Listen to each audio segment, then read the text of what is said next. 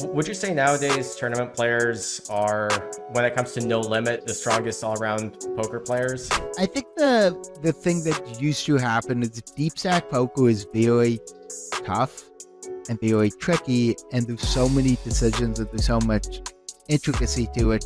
People think tournament players like know all the spots, but you can't know all the spots. And I think what the hardest thing about getting good at any game is kind of when you don't know what to do and you need to do on the fly problem solving.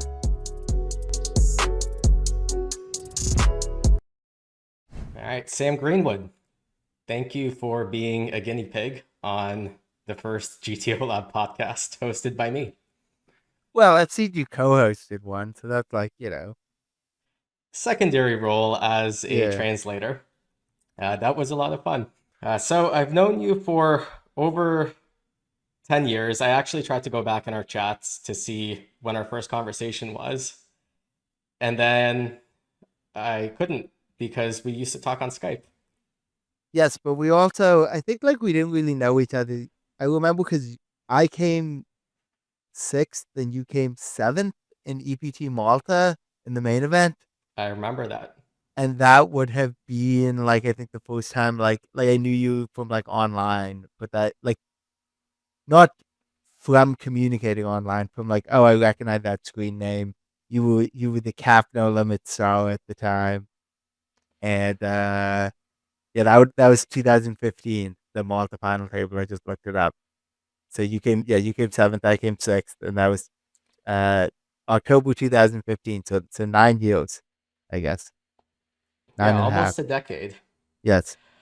And it actually occurred to me that I guess as many male relationships go, I don't know very much about you prior to us having met. We've obviously interacted a lot since, but I actually have no idea how you got into poker. So let's start with that. Yeah, no, it is funny because like I have friends of mine from like growing up who whatever, see one, two, twice a year. And then my wife is like, what do they do for work? And I'm like, I don't know. And she's like, but they're your friend.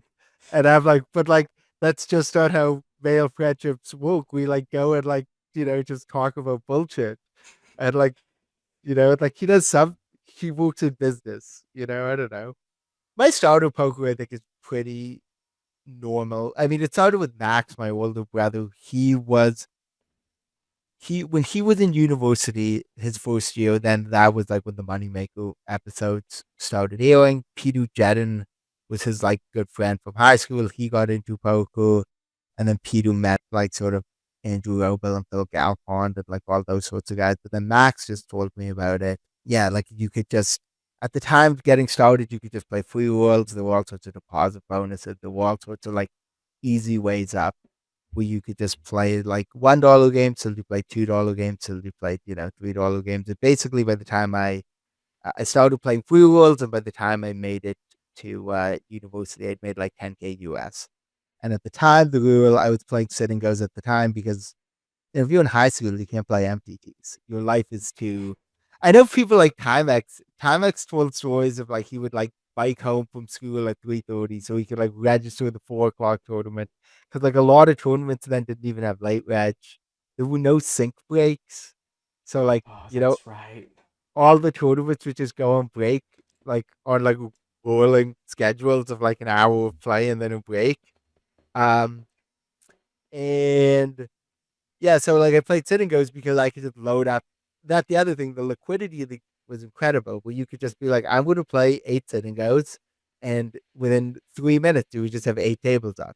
Now like it would take forever, and then I would play like those eight as a session, and that would take whatever like an hour, give or take.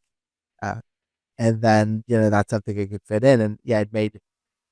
I had 10K, and I was fortunate enough that my parents um I had I don't know what like bar mitzvah money or like random money. I don't know what I had. Like my parents will paid for my school and all my university and all that. So then I could just treat this as like a video game where I'm like, okay, I have 100 buy-ins. I can play uh $100 Sit Gos now, which so far is like 2000 and whatever 5 bankroll things. Like Extremely responsible. a Yeah. hundred, like the thing is, it was 100 buy-ins was like the bankroll for like everything. It's like, are you playing like Heads Up Sitting Goes? 100 buy-ins. Are you playing like MTTs? 100 buy-ins. Like it just didn't matter. But yeah, for Sitting Goes, we're a third of the field cashes, or yeah, 3 of 9 cash. Like that is kind of, first place with whatever 5 buy-ins. That was like pretty reasonable, all in all. Yeah, Uh, especially with your presumably double digit ROI back then. Yeah, I think the big thing at the time was whether or not it was true. The conventional wisdom was like kind of like, hey, like the gap from 22s and 33s is small. 33s to 55s pretty small. 55s to 100s was like huge. That was the consensus, and then like 100s to 200s were like the biggest. I remember uh, Justin Barnabo had like a personal website where he like was trying to get a sponsorship or whatever when he talked about his win rate and $200 Sitting Goes, and it was like 8% or something, and it was just like, oh my god, he's the best poker player in the world, which honestly, like, he might have been at the time. Like, he certainly one of the best. So, I mean, and he sort of stopped playing, but like, when so long as he was playing competitively, he remained one of the best. But yeah, I remember seeing that being like 8%. Oh my god. Yeah, that was high back then. Today would be like kind of unheard of. Yeah. How things have changed. Yeah, you're kind of taking me back to what was the Sit and Go Wizard? Was what was that The software back then? SNG Wiz, right? the first software I used was called Sit and Go Power Tools, and actually for my not to get that, we're like 6 minutes in and I'm already plugged in my Substack, I was gonna do that for you, but okay, go for it. but I know a lot about Sit and Go Power Tools because wrote about a hand, and I wrote this big introduction about Sit and Go Power Tools and about it being the first software I used, and then when I ended up writing about the whole hand, I'm like, this introduction, even for like the standards of my introductions of Punt of the Day, felt kind of digressive and unrelated to the actual hand. So I saved it. I have this document with like 4 or 5 introductions I wrote that just didn't fit the hand. But Sitting Up Power Tools was not actually it. You would just manually type in ranges, and then it would tell you in a push forward game how much your shop would be making or losing based on the ranges you're up against. And then they had these preset ranges that were just like 1, 2, 3, 4, 5, where like one was like 5% of hands and like three was like 25%. It's just like you could also type in like, the exact ranges as well. But yeah, they the preset ranges as well. And yeah, there was no like solve the element to it. There was no like creating a strategy and creating a counter strategy. It would literally just tell you um, your opponent is playing this, your opponents are playing these strategies, your shove makes or loses one. So it's a big jump, obviously, from your sit and go days to tournaments currently. Uh, Myself, I also had a stretch where I was playing pretty much exclusively sit and goes for a, a very long time, I think a few years. And I feel like maybe back in 2016 or so, it gave quite a big edge in terms of thinking about ICM as it applies to final tables, since the pay jumps actually map over to like what you'd encounter in like a 6 max sit and go or a 9 max sit and go. When do you think that stopped helping you? Because obviously tools have just caught up so much now, and all the MTT players have caught up. But was there like a shift where you felt like your prior experience in sit and goes really didn't matter as much anymore, and you just had to make up by putting in more work with current tools? Do you kind of get what I'm asking? I think what you're saying is there was a point where like sit and go skills gave you a high enough floor that even as you were figuring out the other parts of MTTs, like that's what gave you your edge. And then Yeah. and then other people caught up, and then you kind of realized like you needed to strengthen other parts of your game. Yeah, because I remember entering the MTT world, there were some tournament players that were kind of generally considered by everyone not great at really anything other than some metagame of tournaments Yes. and stuff like, opening any two from the cutoff in certain stack configurations and tournament stages. And then there were cash players that were really good at like deep stacked poker, but had no idea how to play under ICM pressure. And then there were sit and go players that were just kind of taking the free ICM money, and that kind of has disappeared over time, unfortunately. Would you say nowadays tournament players are, I guess, if when it comes to no limit, the strongest all around poker players?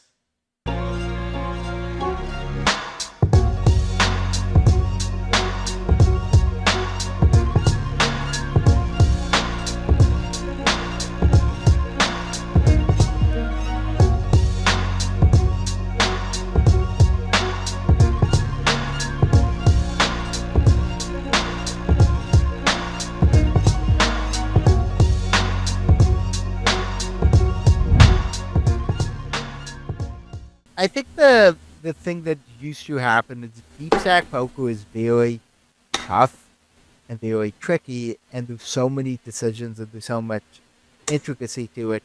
And then when solve was proliferated, people just got so good at it in a way where like people think tournament players like know all the spots, but you can't know all the spots because there's so many different situations. And if you're like somebody who plays 100 big blind calf and plays like you know played like hundreds of thousands of hands a year for like tons of years, you actually kind of could know all the spots. And I think what the hardest thing about getting good at any game is kind of when you don't know what to do and you need to do on the fly problem solving. And I think tournaments now represent that kind of balance where you need to be able to play solid level one poker with top cash players, and you need to play like great 8 big blind push forward at like weird ICM pressure situations. And being able to be good at like every step along the way, I think is what's so hard because you can't know it all. And even like people talk about this with, solvers where like you could just have a bot and have it sit down at a cash table, like six max cash table, and it would destroy.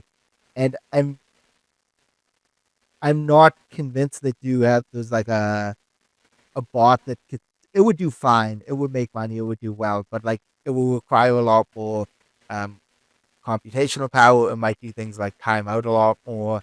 So I think that's what's hard about tournament. That every little it's just a less standardized format, and that's kind of what the best way to compete against like bots, basically, or like bot type players.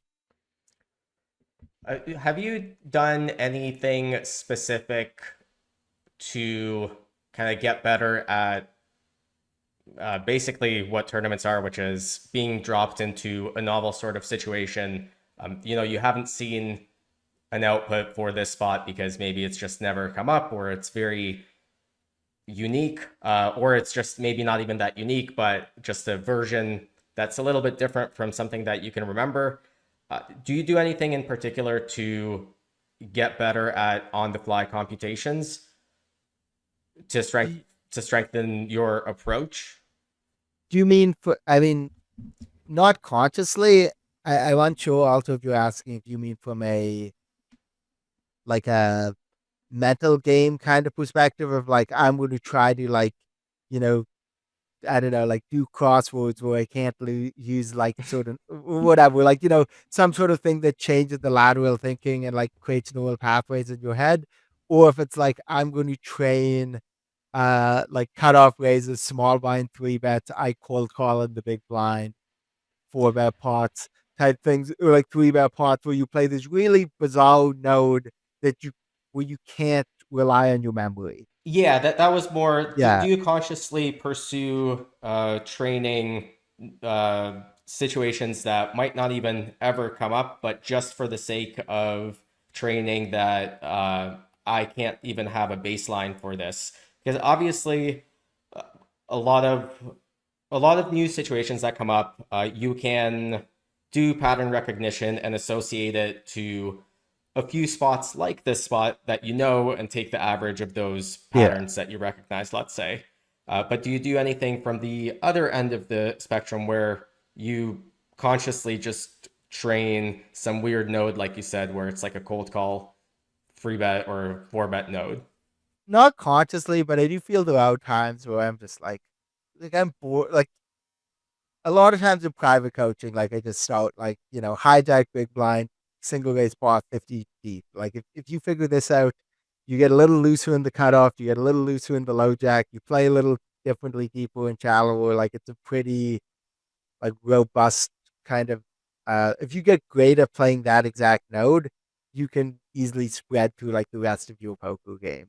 And sometimes when I'm training, I'm just like, I need to do something kind of wacky, like it's not like a conscious like I need to pick something unusual, but it is a like I need to just like psychologically kind of Like an itch to be scratched?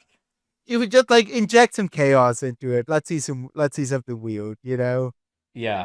Yeah.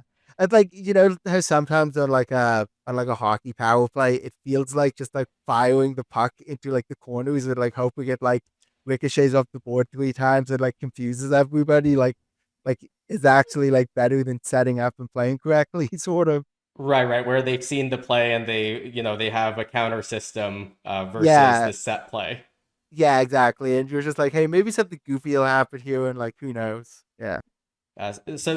Since you brought up hockey, not a hockey question, but I think you are among my friends one of the most unique in that you are truly very multifaceted in terms of the topics that you know. Like if there was a long list of 100 random topics and I had to pick someone to have like a high level conversation about one of those random topics, I genuinely would pick you because you have so many peculiar interests that you, uh, I think spend a lot of time pursuing, reading about, learning about.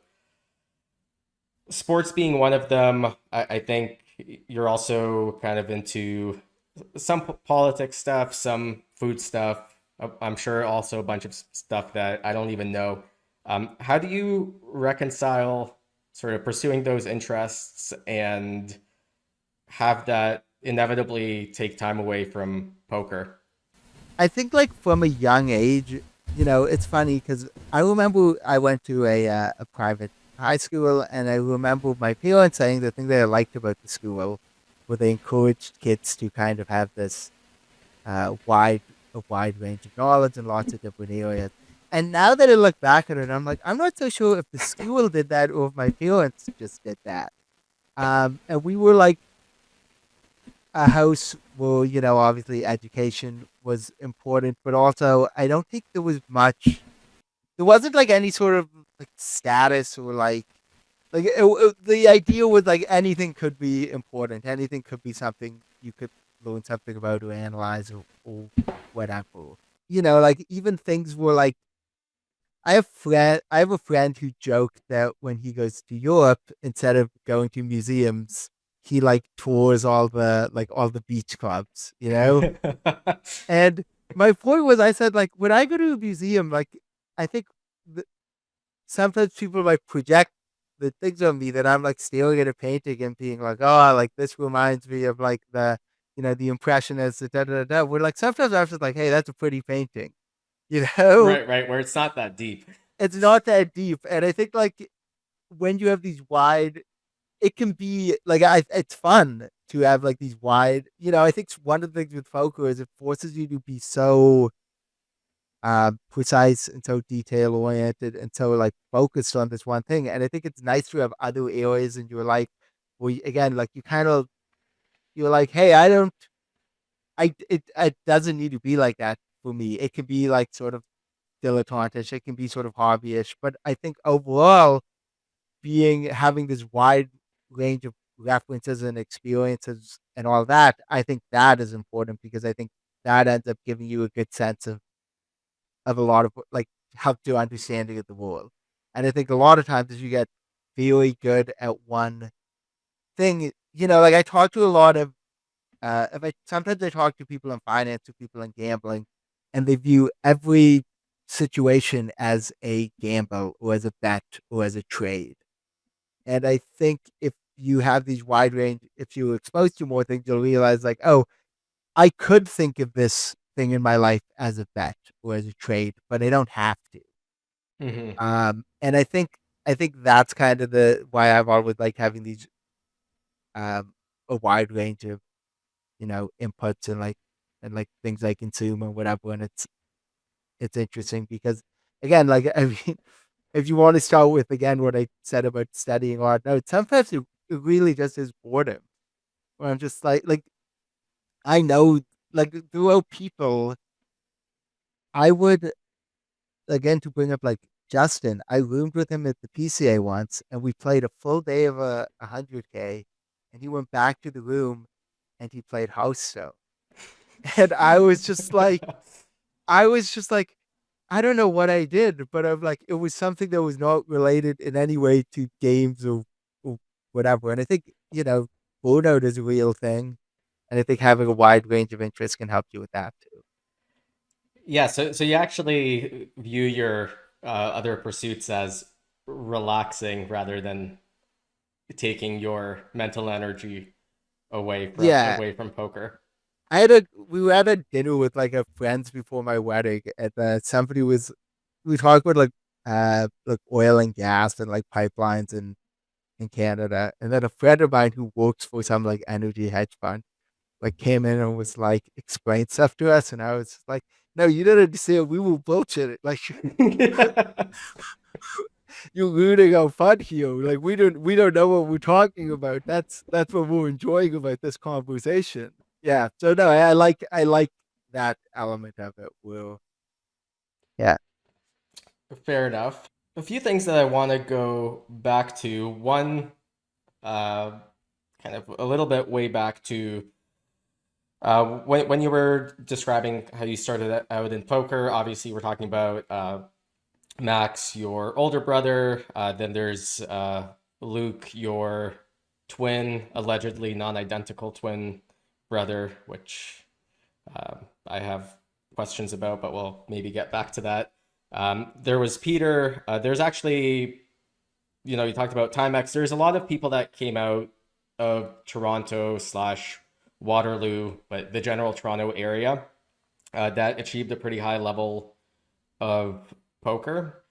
Obviously, there's some variance involved in this and some luck, but do you think that there is kind of a sort of a special main seed that provoked a lot of high level poker players coming out of this area? Anything that makes it, special? Any one person?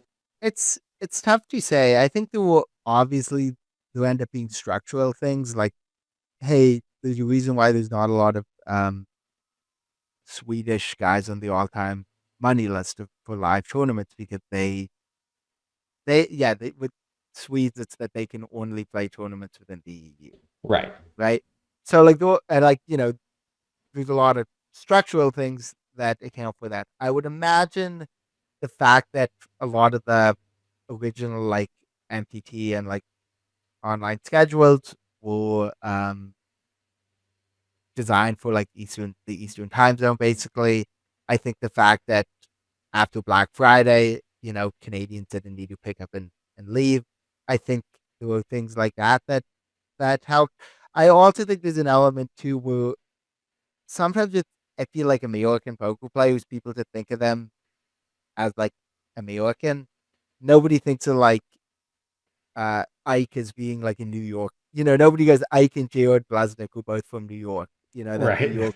That New York poker excellence or whatever. But if you were like Canadians, you just it's dude, like the Ontario people, the Quebec people, and like even like even like BC, like who are these? My apologies to you, but like if there are people like this, but it doesn't really feel like there's that many people from, you know, like Winnipeg or like, Right. like Alberta, which is like a, reasonably big place. And then even someone like Mike Watson, who's from Newfoundland, like those are pretty big trend. In Canada, will people, they get out of the smaller city they are and they just go to Toronto, Vancouver, Montreal. Um, so I think that's the other thing too. Where like if you to ask somebody, a random poker person, where they think like Mike Watson is from, I think most people would be like, oh, he's from Toronto. They wouldn't Right. bucket him as a newbie. Yeah, I guess if you're anywhere from the eastern part of Canada, you would probably end up in Toronto unless you're French, in which case you'd be part of the Montreal crew, which is also kind of a big and very high level Yeah, crew as well. yeah.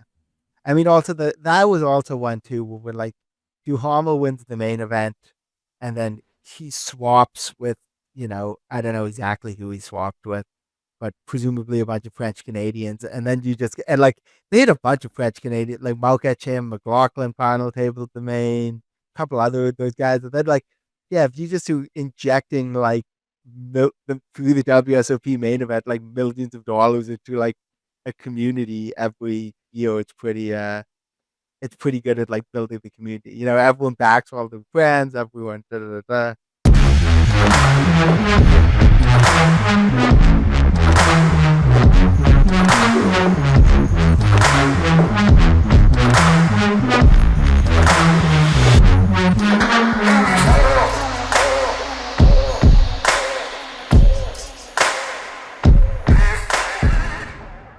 Yeah, something that I hadn't considered where there is this sort of not fake, but very quick injection of money into the economy when someone that swaps with a lot of people from that area yeah, wins the main event, and suddenly a lot of players that maybe had like a $20,000 bankroll and would have played poker for a couple more years and went on to get uh, a job. Now instead they have a six-figure bankroll and they end up playing higher stakes, make more than they could at a job, and kind of stick with poker.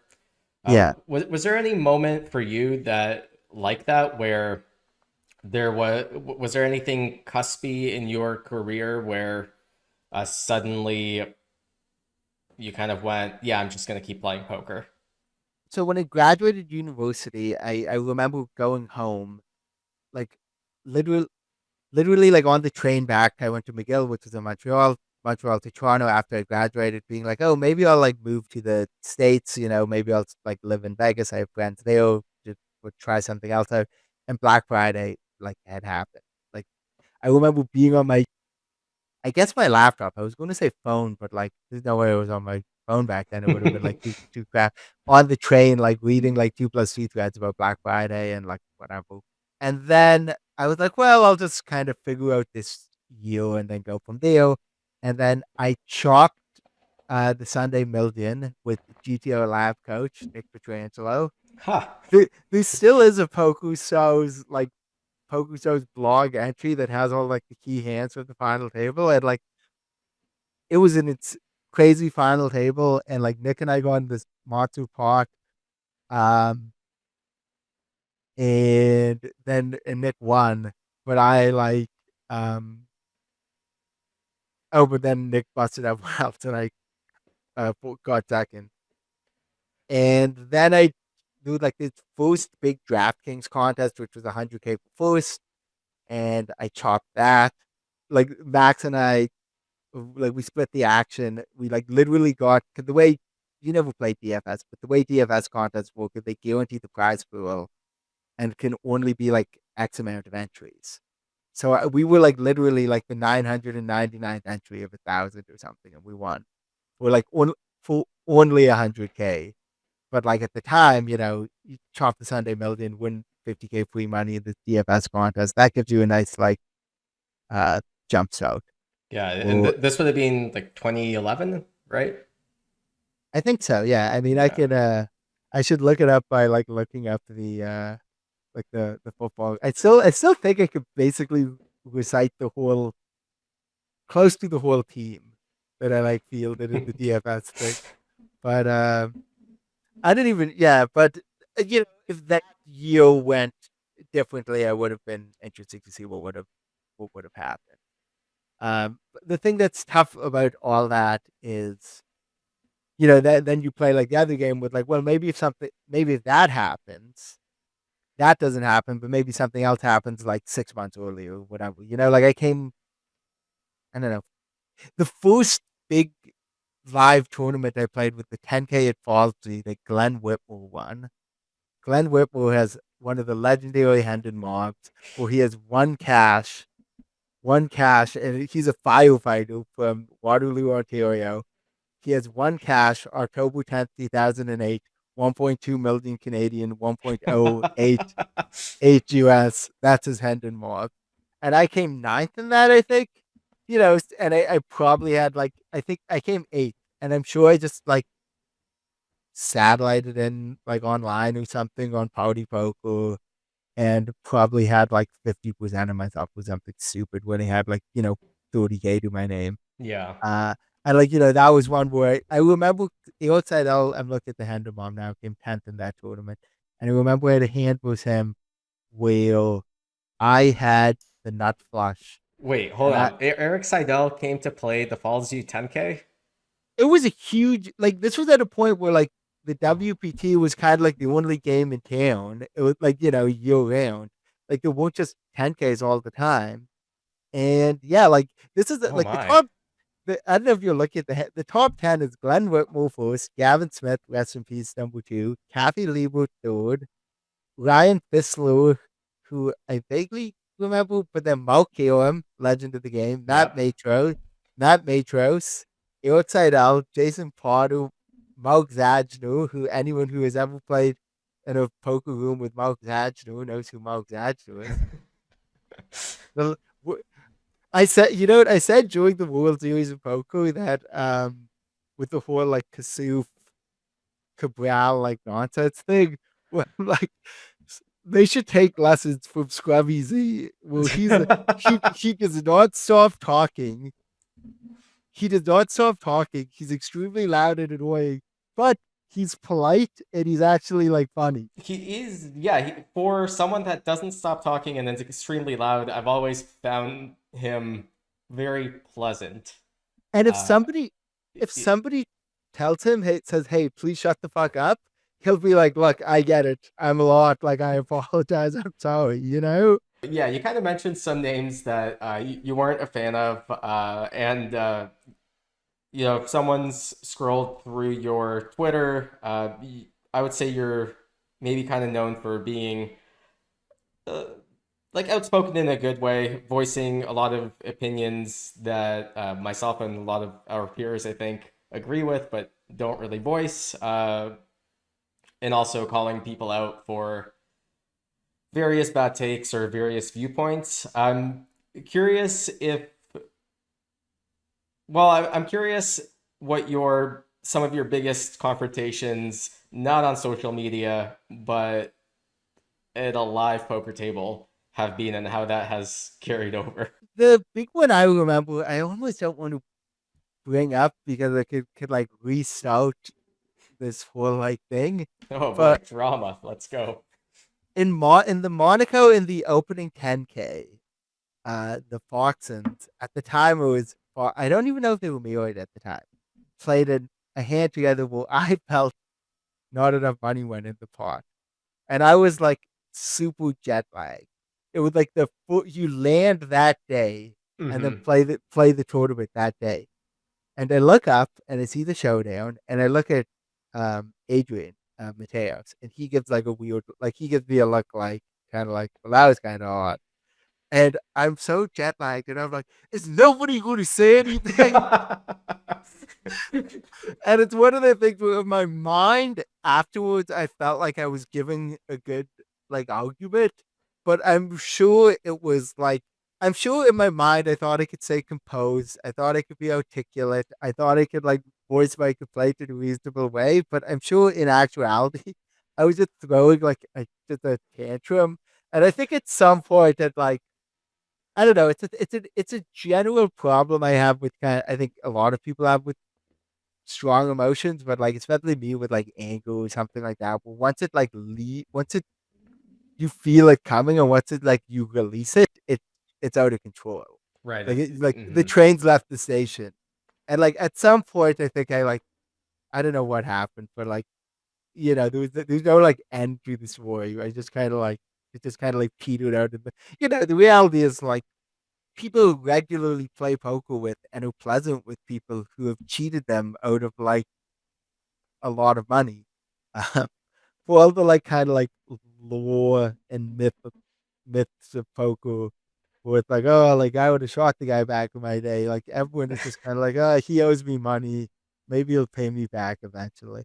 I mean, again, I don't know that much about that case, but the whole thing with recently, like Ian O'Hara, where he like won some tournament for $1 million and then paid all the people back the money he took, and people were like, wow, good on him. And I'm like, yeah, like it's easy to do that if you win $1 million in a tournament.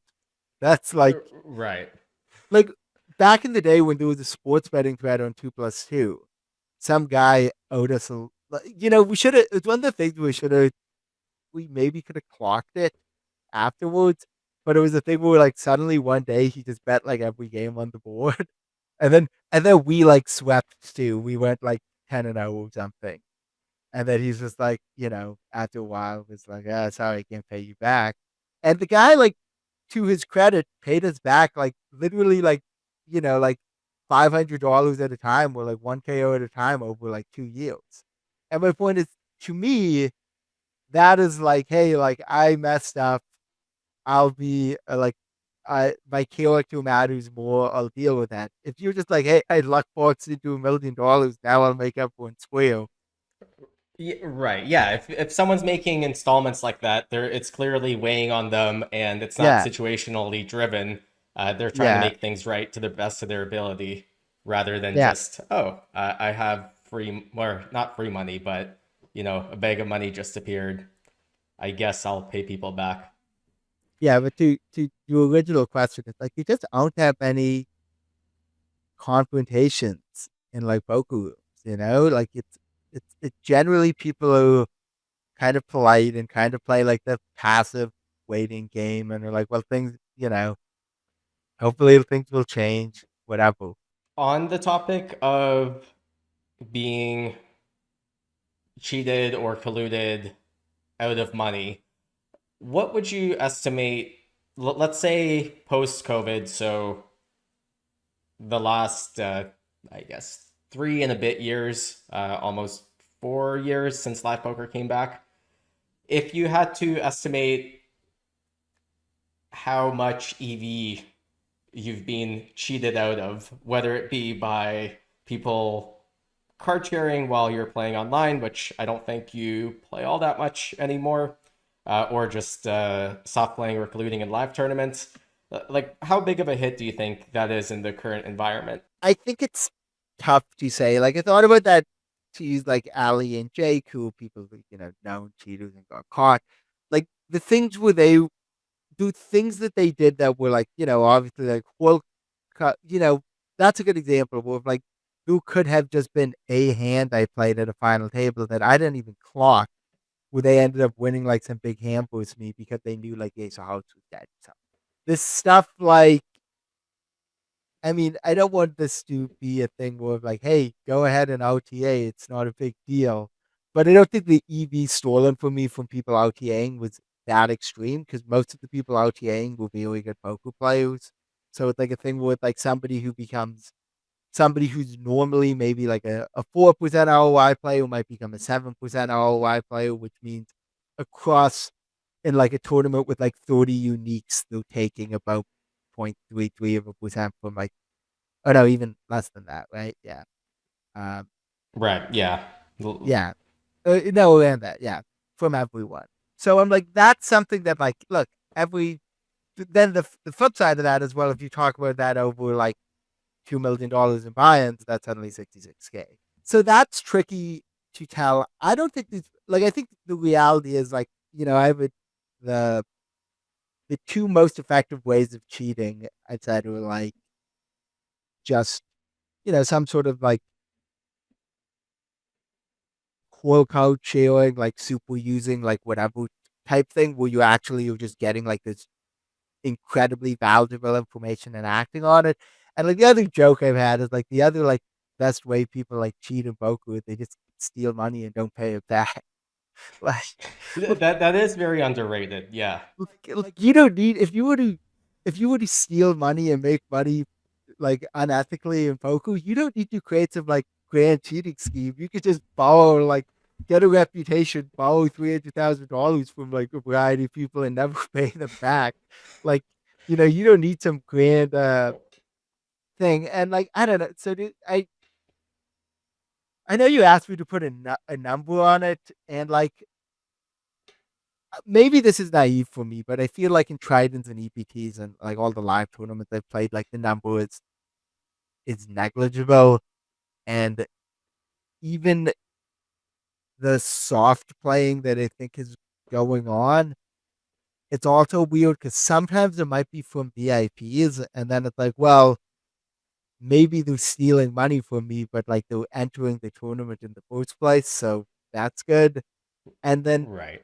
the other one is kind of like a soft collusion of like, well, normally if I shoved, maybe they would call with King Jack off, but maybe with this guy, they convince themselves in their head that King Jack off is a fold, then they call King Queen off, and that's one that I think is like it just can't add up to that much because you basically talk about people taking a couple marginal plays one way or another and tweaking them, and it just can't be that much. So I think the answer is pretty small, unless of course, unless there was like some like game I was in where like somebody was, you know, invisible linking the deck or something and I didn't know. And like, then it's just like, you know, it's like if you ask somebody who played without a HUD, how many times have you ever like opened folded aces? Right. So you couldn't look it up. Hmm. The, they would, they might, there would likely be spots where they did it where they didn't know, but they would never be able to like in order to account for it, you just need to put some like generic tax on the thing. Where you're like, Right. yeah, like in any given tournament I play, there's some sort of like 1 in 1,000 chance that like some like EV is getting stolen from me. So we'll just like say that like whatever if I play $10 million in buy-ins a year, that like I'm paying like a $10,000 like cheating tax or whatever as part of it. So you've been playing way less online recently, right? Yes. Is it just kind of schedule related, motivational related? Does it have to do with this? Like, yeah, I agree. At bit high stakes tournaments live, you have to be vigilant, but I do think the amount of money lost to cheating or being colluded is, somewhat negligible. Bigger concern for online. Is that kind of the main driving force behind less volume online, or?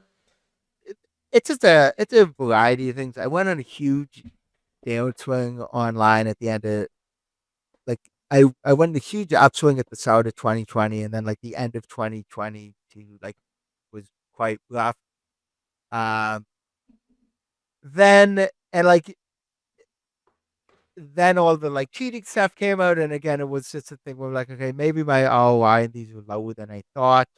There also became things where VI some of the VIPs got better.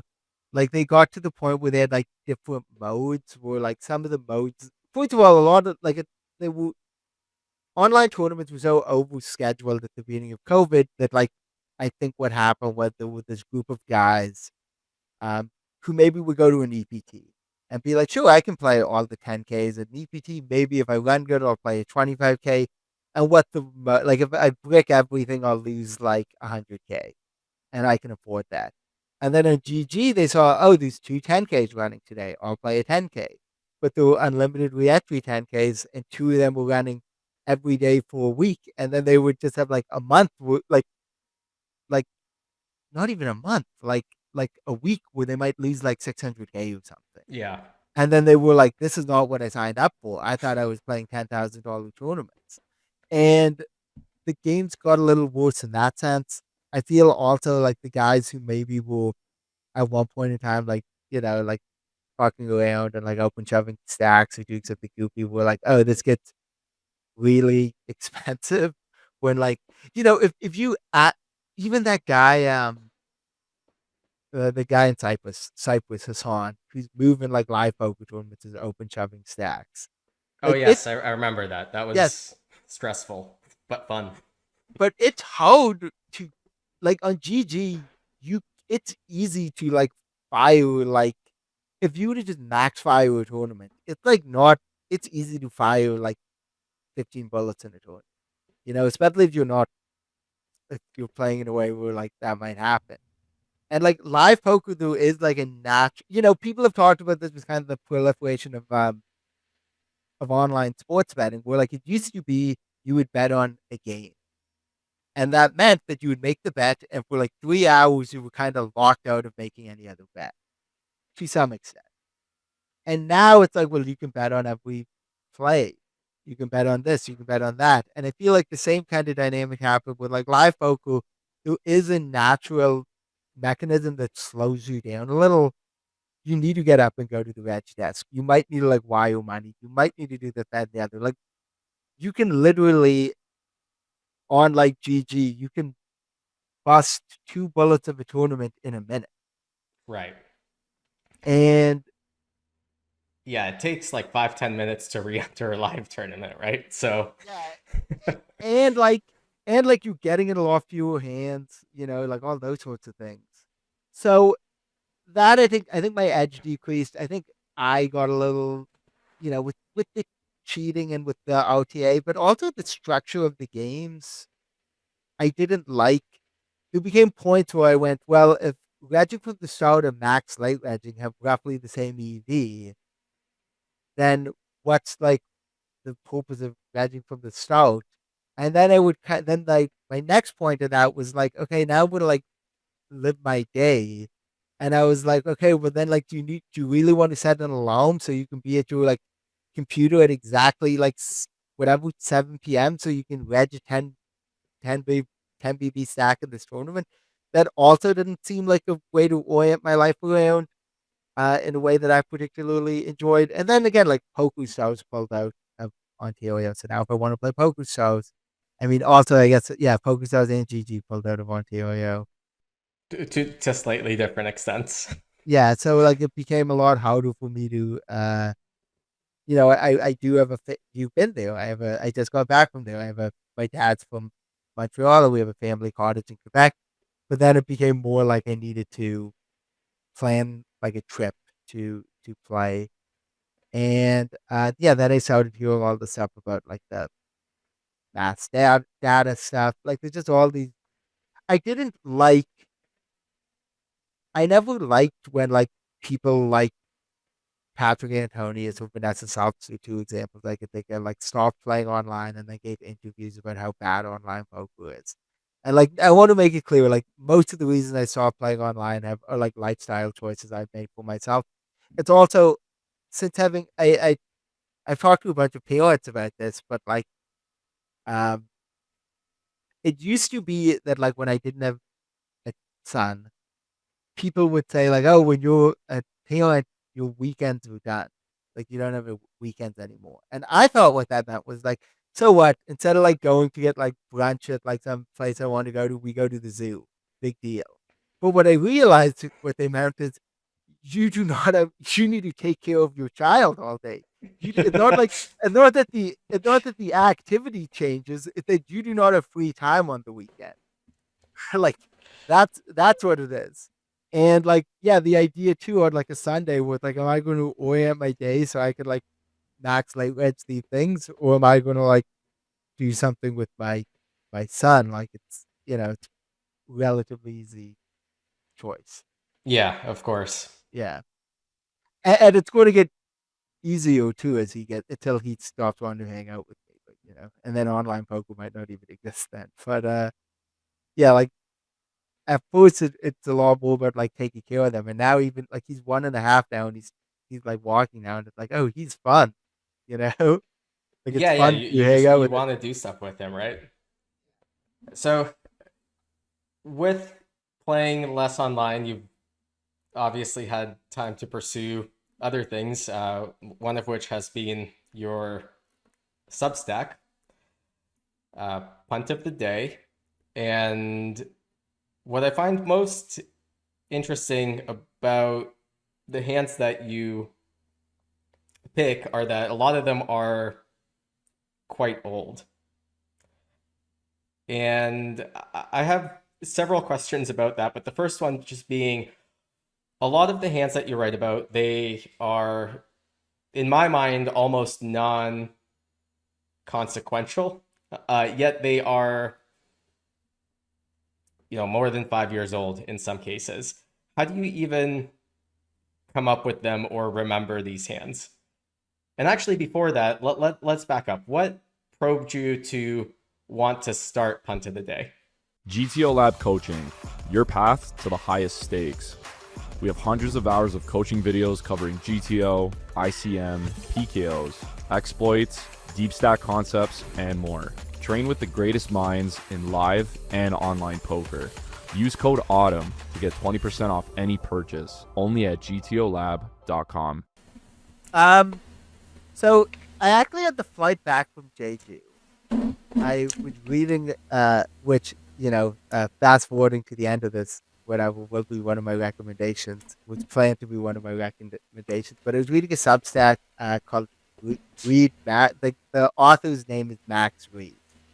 The Substack is called Read Max, and he just casually mentioned it is a pretty popular Substack, but he mentioned he had like 2,000 paying subscribers, and I think it's something like $60 to $100 a year, and I was like, that's like a lot of for him. I was thinking like for him because I like I was like that's a good amount of money.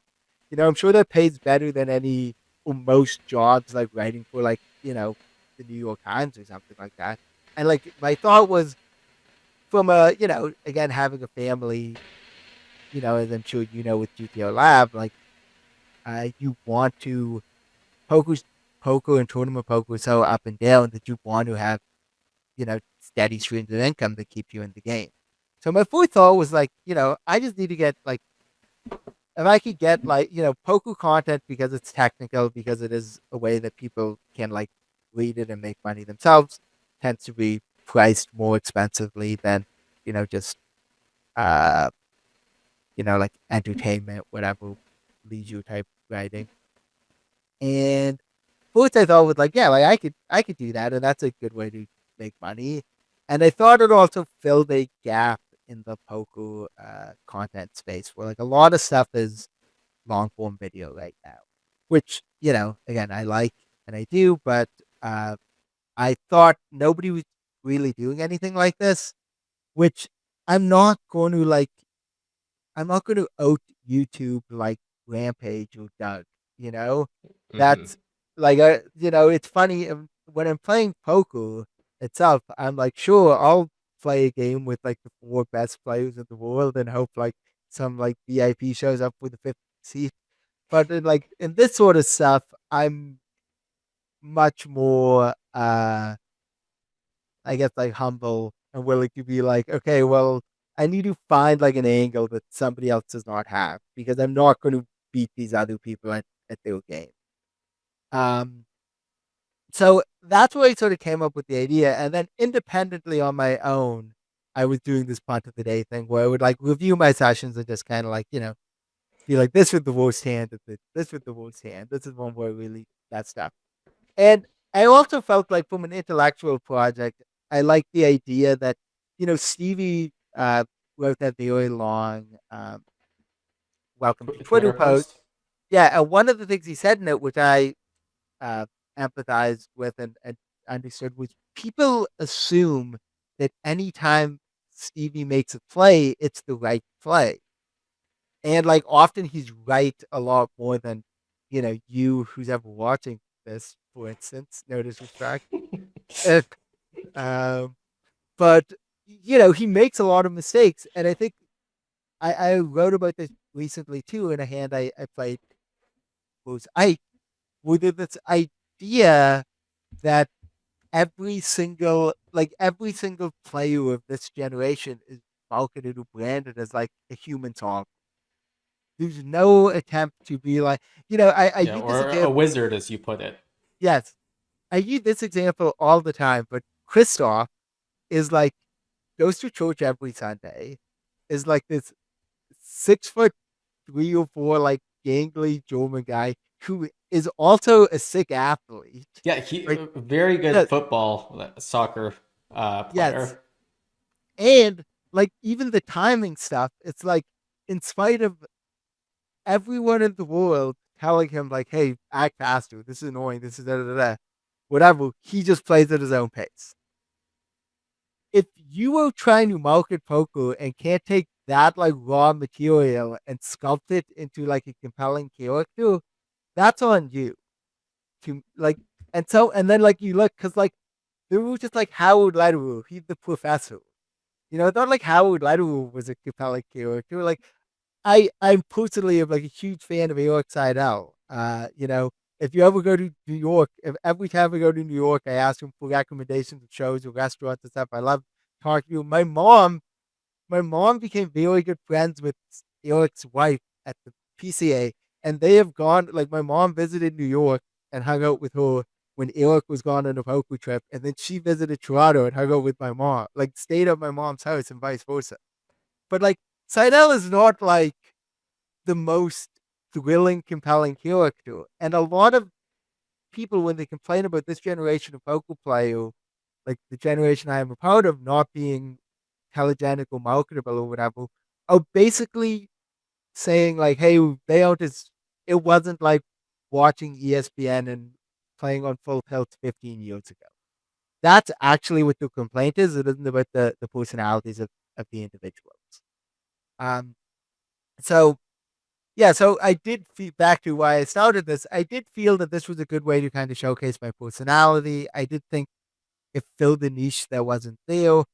And I also felt, I've described this as like the chess puzzle in the newspaper, where you can, over your morning coffee, like just read about an interesting poker hand and, and be done with it in 5 to 10 minutes. And I like that concept of it, where the other ones do anytime a poker hand goes viral, if you watch like the YouTube videos on them, they're all like 20 minutes, half an hour long, and I'm aiming to not like skimp on the analysis, but make it a little like shorter, a little more digestible. So yeah, that was kind of like the idea for it. Where I thought it filled a spot in the content. Boyd, been playing a lot less online, and it gave me the chance to kind of like do something like this at home. And I selfishly, I really like the discipline of it too. The fact that I can work on something for a day and complete it, and like no matter what, at the end of the day, I can say like, "Hey, I have this. It's done." Where like again, there were lots of days where you play poker where, with the benefit of hindsight, you would have been better off like banging your head against the wall, like just like not leaving bed and like not leaving bed, and you would have been like, "Hey, I saved myself 100 grand, great." Yeah, so that was kind of the idea about it, and then the question about the memory or like how I remember the hands. One, yeah, I was doing this project a little independently, so I have like that. I can look at like old sims I ran on my computer, stuff like that. Then there was a lot. Now we're at the point where I'm doing a little more like digging, where I'm like going through like old streams I played. I'm like going through like poker news updates from old events I played, and occasionally there's also the thing where I'm like, oh, I played this hand, which reminded me of this hand, which reminded me of this hand, on and on and on. So that's that. Like the memory thing is partially because I do have a very good memory. It's like insofar as I have, I think, like kind of a supernatural skill that really helps me in poker, that it's not something I've needed to like work on or curated or whatever. I think my memory is that. Uh, but yeah, there's a lot. There's a little more that's like going on under the surface in terms of me like remembering hands and that sort of stuff, and like also some other stuff where I like I'll give a little secret to the GTO lab audience, a little like sort of like fudging sometimes in terms of like if you'd ask me about a hand, I'd feel like yeah, like it's fine, I guess, but then like for the there's a bit of like showmanship in the blog where I'm like, oh man, that was really stupid. I shouldn't have done that. I can be a little too hard on myself sometimes. So the Ike hand that you're referring to, that's the post from the end of July, on July 29th, right? The Yeah. Ace 10. Yes. And that's a free post, right? Yes. So given that this hand is from 2021, I believe, is that Yeah. right? So this seems like one of those very inconsequential hands. Were you already kind of doing your solo project, and that's how you your internal punt of the day, and that's how you dug up the hand? Yeah, that's how I dug up this one. I also like have on my, you know, on my like desktop or like just like like folders of like GG screenshotted hand history that I saved at one point in time to like look up. Uh the other thing is I will say like about this hand is I had a kind of a lot of hands that were exactly like this. It was like a 3-bet pot. I have some like so-so hand that doesn't have great showdown, and like I had like 4 or 5 of them where it gave up. Like basically like a spot exactly like this. So doing that element too, where I'm like, by the time I see the fourth one of these, there's a part of me that's like, okay, well, like this actually appears to be some sort of problem in your game. So let me actually, what I'm going to do is I'm going to pull this hand up. It can be one of the hands that we analyze now, but I also have some non-hand history questions. Before we jump into the hand history, this hand is from 2021. So one question that I had is, when you are writing about hands that are this one's not that old, but some are even older, but this is a relatively old hand history. Obviously, you've improved some since this hand took place, and your thought processes might be a little bit different. And part of the spirit of the Substack is, self-critical self-evaluation. You give yourself a grade after all. What concerns do you have about applying kind of current Sam thought processes and understanding of mechanics even to hands that were played years ago, if any? I think I tend to like grade a little on a curve, but I also think like a hand like this is a good example where all of the tools I used to analyze this hand were available in 2021. Um, this is also like a poker hand I could have played in like 2015. You know, once I decide to call it, like maybe back then I would have folded to the 3-bet 100% of the time or something like that. But everything else is kind of normal. Um, so I think I tend to be more forgiving on things where there's like been a big changes. Like with like ICM stuff, where there's actually a lot more information available now and a lot more sims, and like the way people play post flop and pre flop have changed dramatically and all that. Um, for chippy V hands, that like I'm rarely going back to like the pre software era. I'm actually not to speak of a competitor of yours, but for Runner Once, I think I'm actually going to start doing some stuff where I look at like old hands I played on Runner Once, in like old Runner Once videos.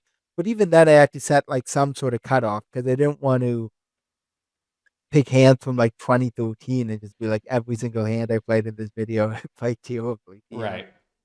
Um, so I don't know. Like, I mean, like this is a good example where there was like kind of a technical way to look at this hand, but there was kind of just a poker way to look at this hand that I think it's like, hey, I mean, we can, and if we want to give like the quick walkthrough instead of talking about it Yeah, well, vaguely, why don't you give a yeah, walkthrough of the hand? I also do invite people to read. This is a free post on the Substack, so they can read it there. But yeah, go ahead and give the yeah, walkthrough of the hand.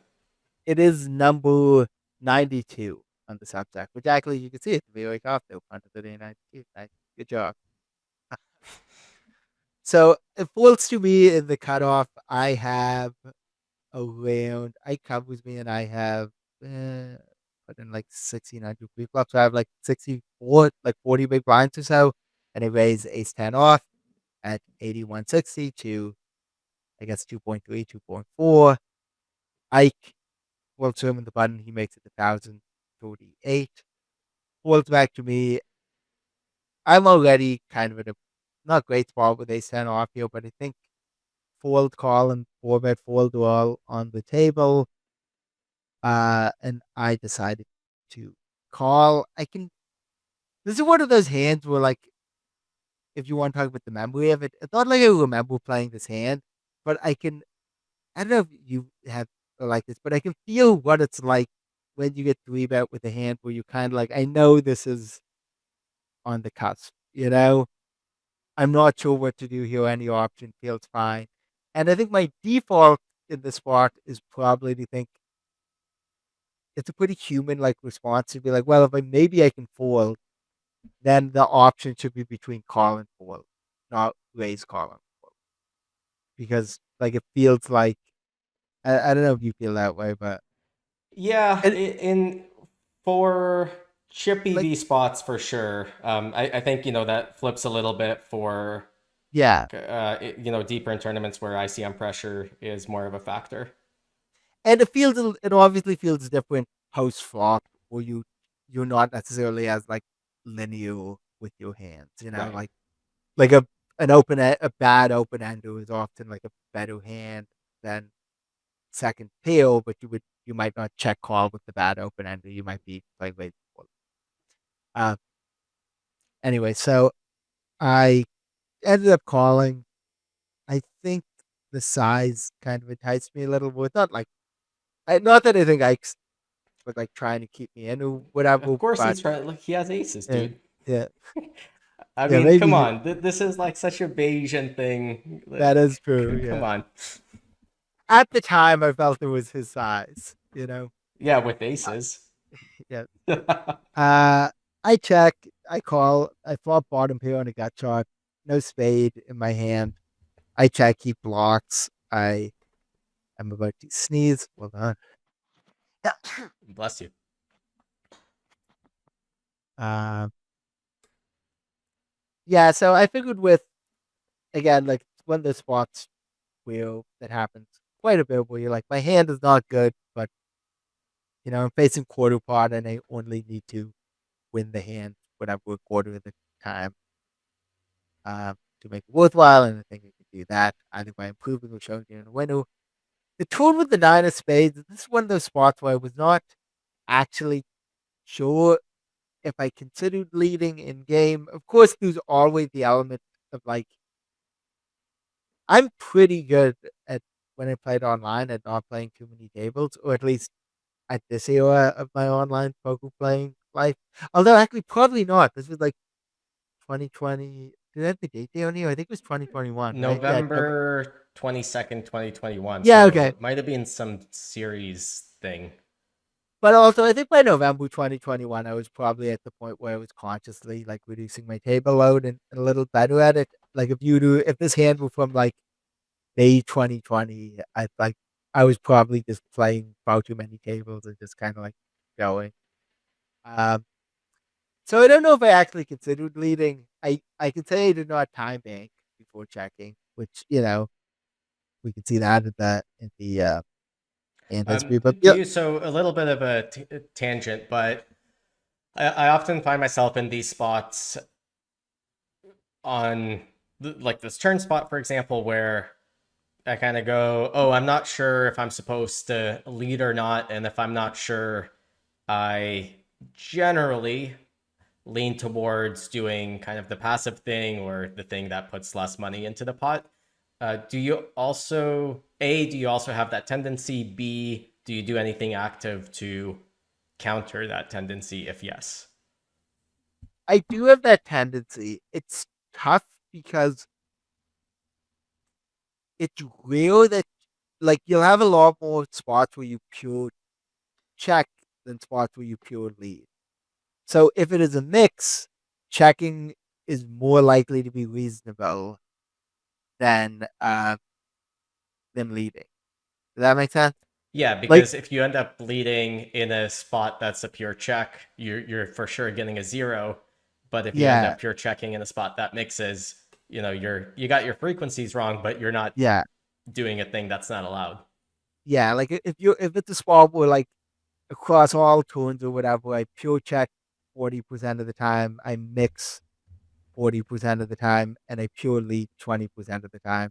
Then defaulting to pure check means 80% of the time I pick a play that doesn't lose EV. Um, so yeah, I wasn't sure. It's also like one of those tough ones where it's unclear who has like I I have more flushes than him. That's the one I'm like quite confident about. Well, Ike at this point does not really three bet suited, um, like suited hands with 7, 8, 6, 5, those sorts of hands for sure. He does three bet some suited aces and some suited kings, and I guess some suited queens, but like the queen eight and queen seven Queen maybe. eight exactly, maybe. Yeah, queen seven. Yeah. No, granted, we don't have many suited queens either because 10 Jack 9 are on board. Uh, but the point is, we have more and like the other key factor here is that we don't have like the junk that I cast. Like I can have pocket fives on the tour. We never have pocket fives. You Right. know, I can have ace two of diamond. We never have that. Um, so it felt like we had a flush advantage. I wasn't sure if we had a queen advantage because like we do fold the offsuit queens. I can bluff with the offsuit queens. Uh, but I think overall, like I mean, having looked at the solution, I think the fact that we just have ace queen and king queen basically pure, and they're like pretty large chunks of our range. Sometimes we'll rate the flop with them, but that I think kind of pushes it to the point where we have a flush advantage and we probably have a straight advantage as well. So the idea that leading does make sense. It also becomes a tricky spot where sometimes you need to think about what exactly you're targeting. And like the easy hands I'm targeting here are Ace Jack, obviously, and then, which is a pretty specific hand, but also pretty large chunk of the three betting range. Mm-hmm. And also, also has like 95% equity both our hand. And then the other ones are kind of like a king seven of diamonds type hand, those sorts of hands as well. So leading does make sense, but I think I just defaulted to the basic play. And then on the river, I did kind of think we could see. I think what my general thought here is I feel population wise, people do the other thing where they just in so many of these spots they over bluff, and every time they have a hand that has like less than like 10%, they bluff with it. And then the river's a pretty not like easy spot, but it's a sense of like, hey, like a lot of the hand is strategy is kind of like, hey, we want to make a hand like aces in that way, right? Uh, that's kind of what you go for here, or like a set of tens in that way, or like two big or something like that. And I thought that if I had ace ten off pre-flop, then and ace ten suited, then like I'm getting to the river with quite a lot of combos of ace ten. I thought I would rather bluff with a hand like ace jack with ace of spades. Um, and I thought like I couldn't bluff with the king, but I just thought like I probably needed a spade. I thought for sure I'd bluff with the spade. It's also possible, like again, like this is some of the stuff where I can't like tap into my thought process at the time. Where like I sure I did randomize. I don't know what I randomized. Right. Uh, I sus- but yeah. So that's like kind of how I felt about it, which is at the time I didn't think I could bluff every ace ten combo, but even now looking at it, it's like well I kind of could bluff every ace ten. Like there really aren't that many uh bluffs for me to have. So a little bit of another tangent question. Don't think about this particular answer too hard, but if you had to guess, like in an average version of this Sunday Blade 5K with, yeah, I guess it was 300K guaranteed. What would you guess your ROI was roughly at the time? Uh, I'll say like I don't know, like 5% or something. Or Okay, and like we now, call this an on time bullet. okay, so well, I don't even know if they had the bonus chips back then. No, they didn't have the bonus chip, so I just meant like not like a max like that. Oh, right, yeah. Yeah. So let's say I take you, current Sam, and you have a time machine and you teleport back to this exact same tournament. What do you think your ROI is?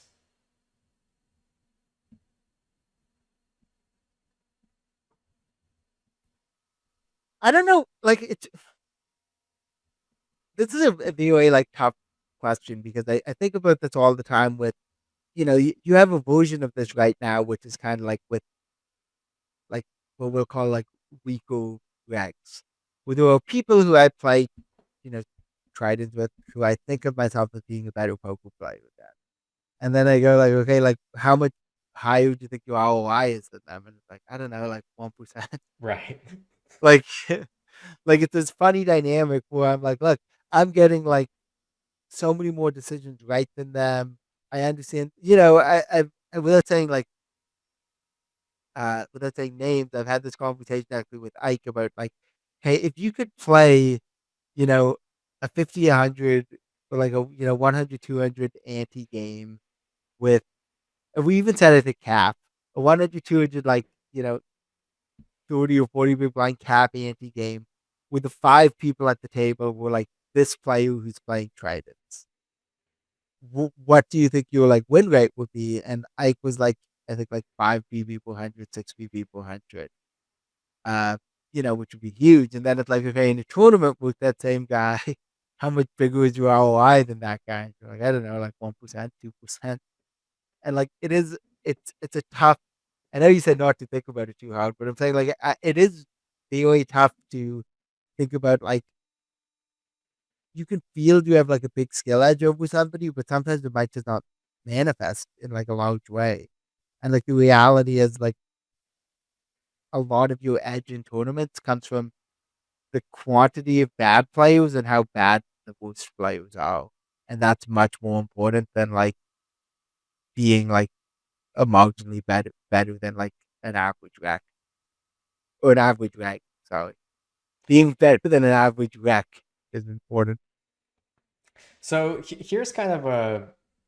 I mean, I actually, I think I agree with everything that you said. Like, I think the difference between someone great and someone good in tough fields is, very low single digit percentages of expected ROI.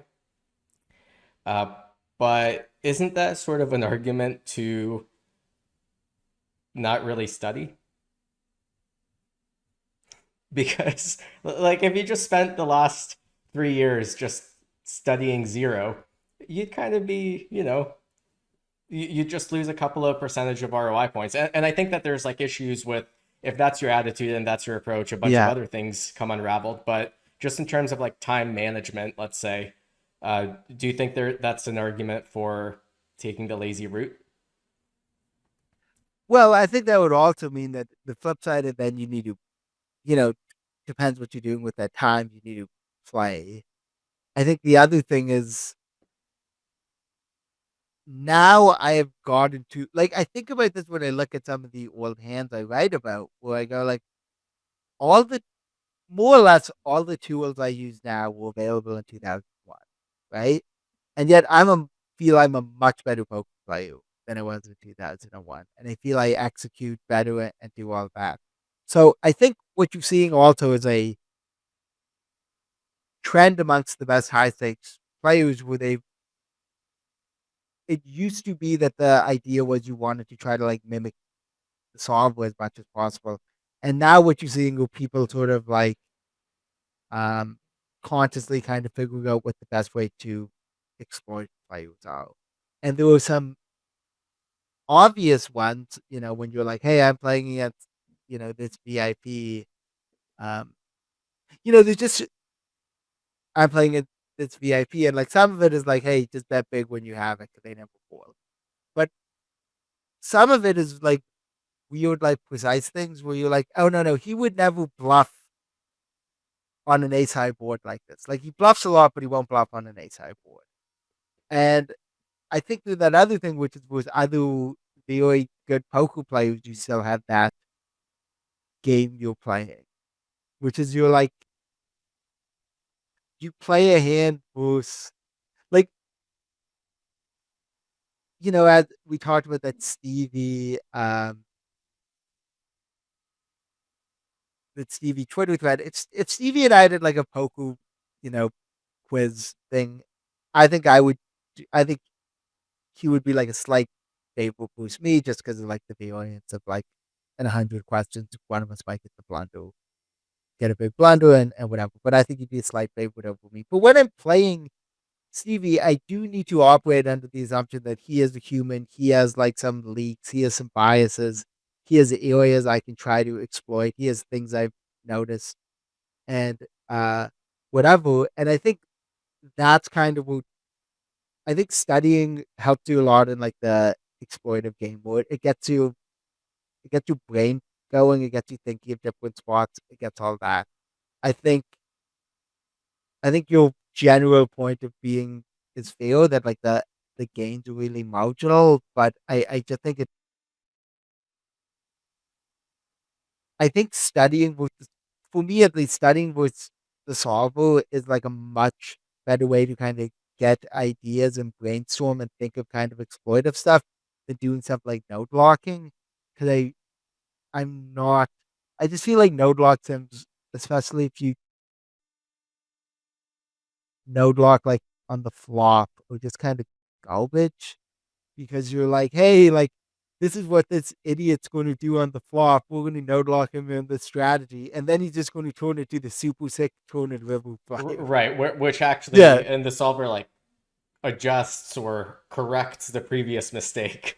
Yes, exactly. Um.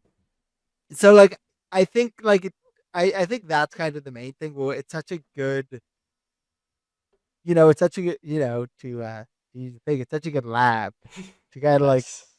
yeah, to kind of like test things out. Um. Even if the edges are very marginal. Yeah, you make that point, I think, somewhere in your Substack or maybe a Twitter thread where kind of studying equilibriums is it's not about necessarily emulating them or being robotic. You kind of need to know what the equilibrium is before you do Yeah, exploitative stuff, or at least so that you have a tangible understanding of what you're even trying to exploit or deviate from. yeah. I've had that happen a lot where people, you know, even before solvers, like they were just like questions that were like, okay, when are you more likely to raise? If somebody bets big or if somebody bets small? And like nobody knew some guys, people were correct, but nobody like knew the answer. Um, and I think that's kind of the thing with the number of times I have people like, uh, they'll like tell me some hand they play with some, you know, VIP in like a 1K WSOP, and they'll be like, okay, like I thought they were very bad, like, they were like really big fish, so I did this. And I was like, but like that doesn't seem like the right pivot. And then ideally explained using like a theoretical framework why I don't think that it's the right Right. pivot. Yeah. So for this hand, you gave yourself a B minus. Just a suggestion for your Substack. I think that you should reverse the grading system because the whole thing is punt of the day. So I think if you really mess up a hand, an A should be like where you absolutely torched it, and this should be like a D plus. Like it sounds Well, like today you would have done a little bit better, knowing what you know. yeah, no, I've had trouble with the grading system because I didn't know if I wanted to do. I thought it was like better to be like, F, you failed, bang, when I played a bad hand. But now I'm at this weird thing where I'm like, okay, on this scale, what's an A hand? Like, is an A hand just like a hand I played, like the hand where I folded like queens to Nick at the Triton Mildred and he had aces? Like, is that my like A hand? Like, so I feel I'm on this weird scale that is shifted in a way where I think I might never write about a hand better than a B. I've written a couple B hands. So then I'm like, well, now I'm on this weird scale that is in theory A plus to F, but like the first like 4 units will never get Right. used.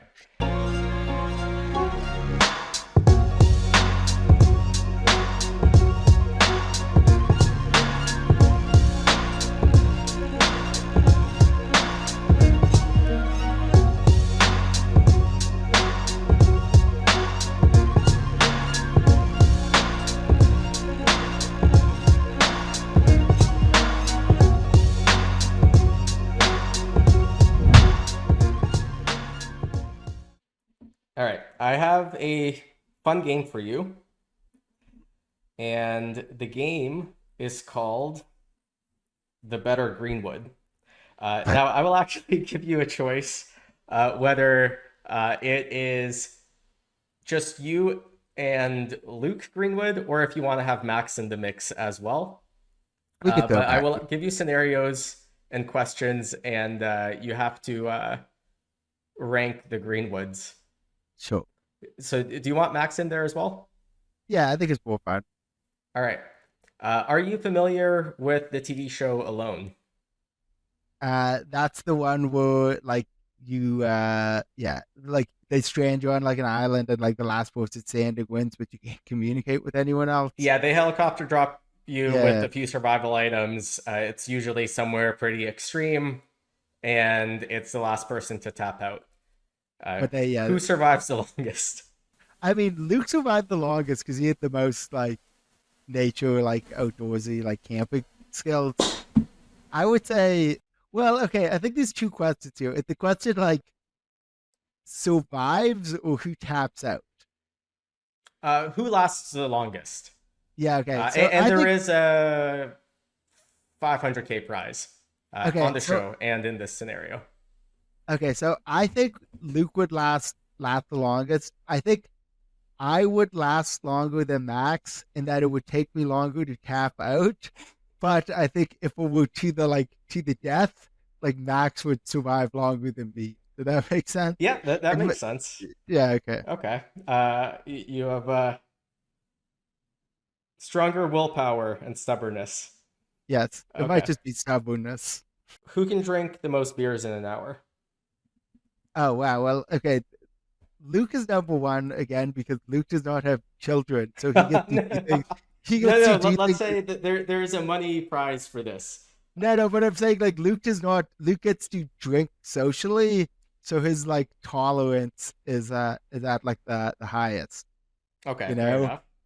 And then I would say that uh Max oftentimes tries to avoid like gluten and other type things. So I don't think he's prepared for like the rush of carbs, even if he had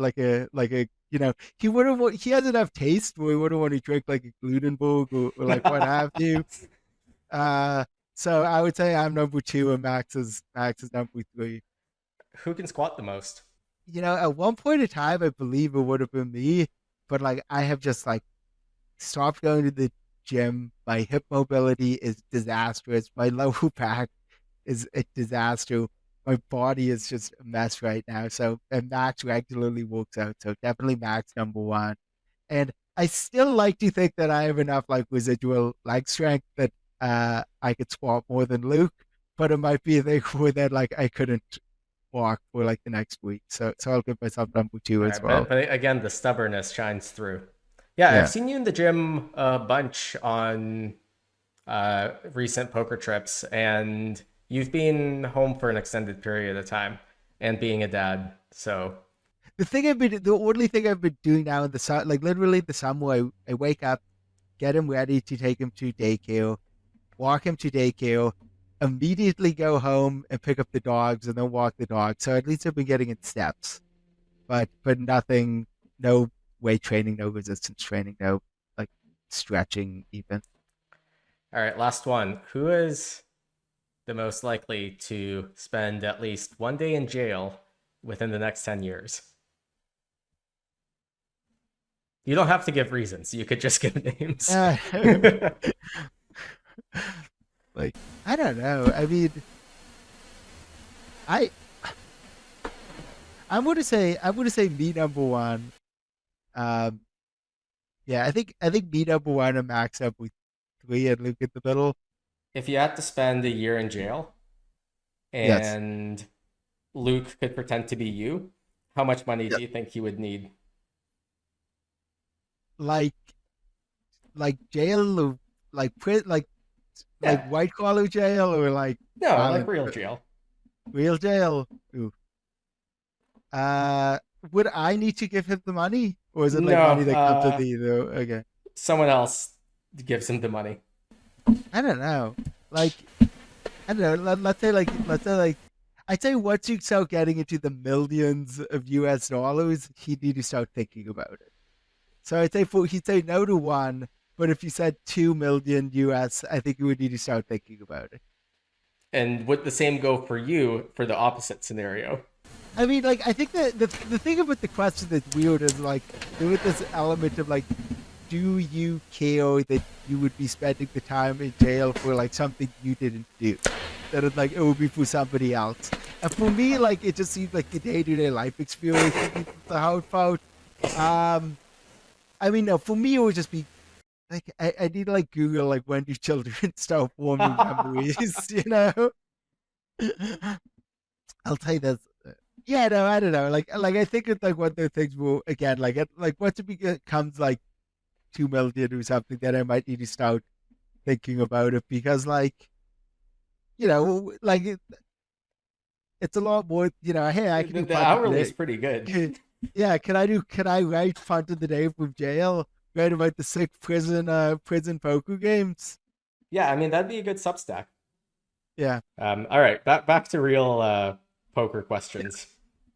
So, what are your thoughts on Triton taking away phones during the later stages of the tournament? So specifically, what they're doing now is once it gets down to two tables, uh, everyone's phone gets taken away. Yay or nay? Would you do anything different? Would you improve anything? Um, I think it's fine with Triton, especially because with Triton, I like trust the staff to be like, at like the WSOP or like I've played even at EPTs, frankly, there've been times where like you just give them your phones in a Ziploc bag and like they just give them back after break. Tritons put them in a locked box where like there's a dealer there the whole time and all the phones are separated into different compartments. I think one of the hard things about poker is you need to balance it as a competition with it being like you know, a service business where you want people to be happy. So people would say like, hey, like if you're playing like, in the NFL, it's not like the quarterback in the middle of the third quarter could just like pull out his phone. Although that is funny because now in like all pro sports, they hand them the tablets on the bench. Right, yeah. Yeah.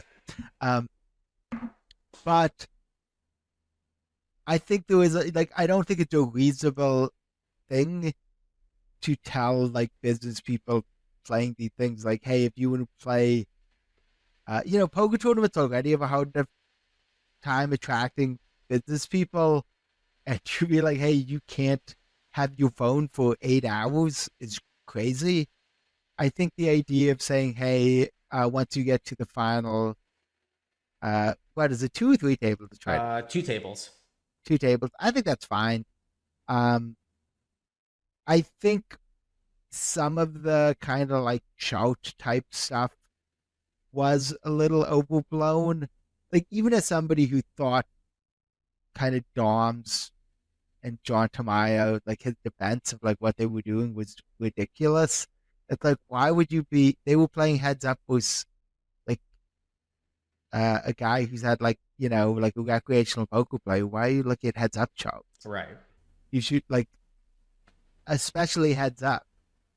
Like the game in heads up is finding and not making decisions that don't lose EV with the computer. It's about finding leaks in your opponent's game and drilling into them.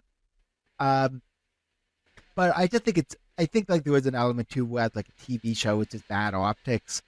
I've been this guy, but like but you're at stream tables where in between every hand, people who just look at their phone to see what the previous hand was. So I think overall, it's like a good policy, and I think they drew the line in a spot that's nice where it's always going to be for high stakes. It's always going to be deep enough in tournaments where like people will not necessarily mind that the phone's getting taken away. People tend to be happier once they've made money too, like a more willing, more Right. like more accommodating. I think they drew the line well, and I think even if it's the real case where tournament poker where they're actually pretty proactive about something. There has not been a big in tournaments any sort of big live uh cheating scandal. Like again, even the WSOP main event thing is like kind of borderline where they're like looking at heads up charts. Like again, I don't think they should have done it. I think it was actually kind of clearly against the rules. But there has not been like a case of like the disaster scenario obviously would be like somebody getting like fed whole code information at a massive TV final table or something like that. And I think being proactive about it is very good. Yeah, okay. I agree, except for I do think that there is kind of an unforeseen angle or I guess an unintended consequence, and it's that it does make it more of an advantage in this everyone loses their phone scenario to have someone on the rail because essentially it blocks the flow of information, of all Yeah. information. But now Yeah. if you have someone on the rail passing that information to you and there's no rule against like going to the rail between hands, now it like creates this uneven playing field. Yeah. But like, do That's you fair. ban being able to talk to the rail then? Like, what is there a Yeah. solution? I mean, people have talked about actually broadcasting the stream so the players can see it. But then I think they say the problem with that is it just ruins the stream because then what you have is instead of having a table interacting with each other, you have a table watching hands from half an hour ago. Right. Like it's just bad TV to just have that. Yeah, I don't know. Like, I mean, I think it's one of the things where there's always going to be something tricky, but I also think like getting information about what was on stream a little early is obviously like very valuable, but it's not nearly as big as like again the disaster case of like somebody getting buzzed in their pocket or like or lucky at charts or like whatever. Yeah. Yeah. When it comes to players that you coach, what are some of the biggest mistakes in terms of approach when it comes to using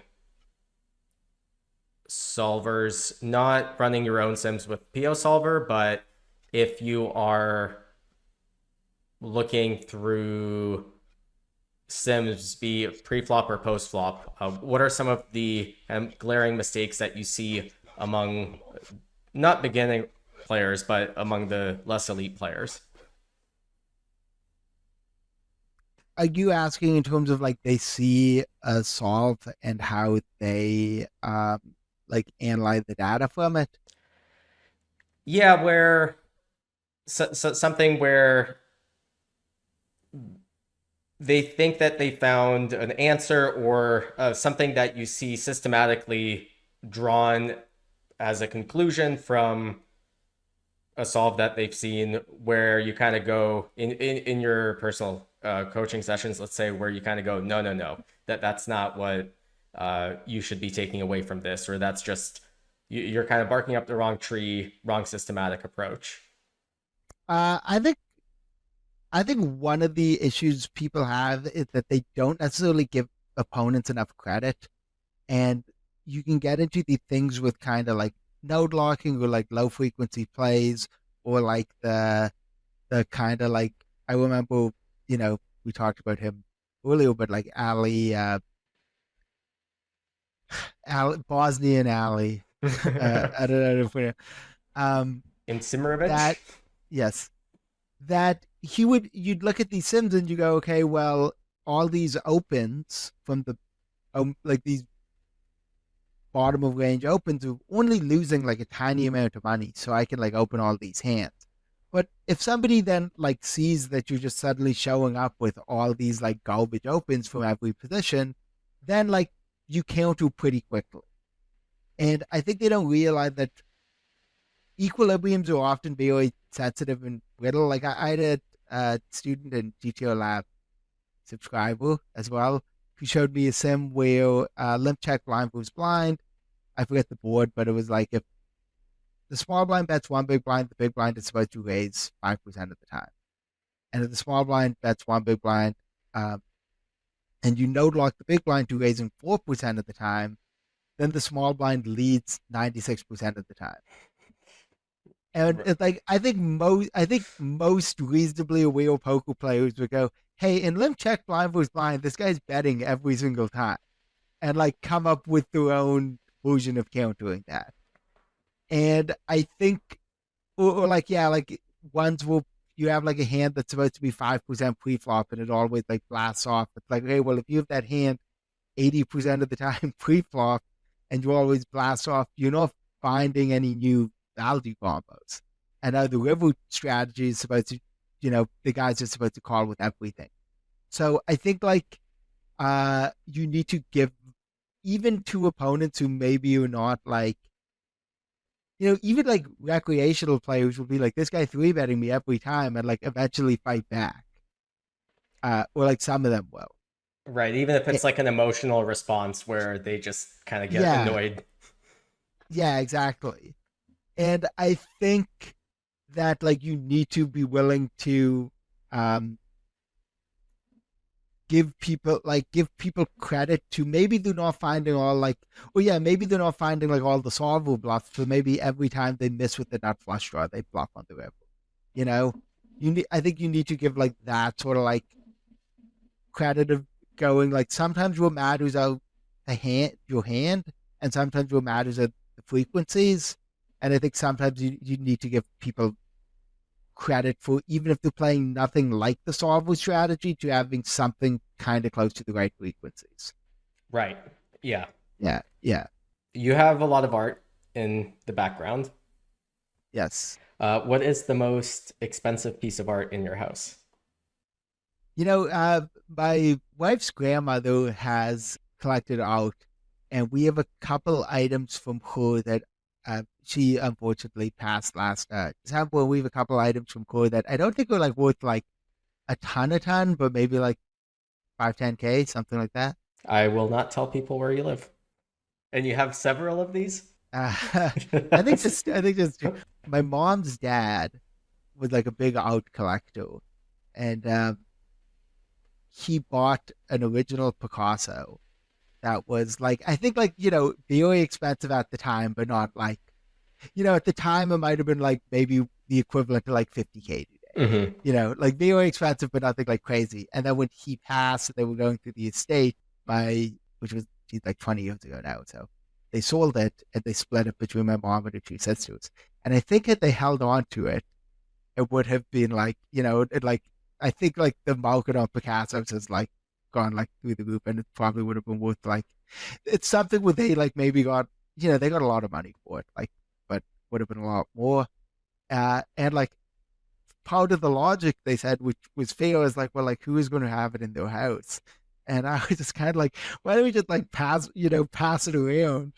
Like every like 5 years, change it up. But Yeah, I mean, yeah, it is kind of a live. I guess you could insure it, right? yeah, no, you Well, you they would, I'm assuming. you would, Yeah. yeah. But like it was, I wanted to ask, they have the name of it and all that because they sold it. So I want to see what it actually looks like. But like I was even like to them, I'm like, just for like a week, you should have just put it in the house just so we could have seen what it was like. You live with, But yeah. Do you consider yourself to be a foodie? I don't really like the term, but like yeah, like objectively, yes. Although again, like now, like with the child, I go to dinner like 4 times a year. You know. Yeah. Give me your top three favorite poker stops Okay. and your favorite restaurant at each one of them.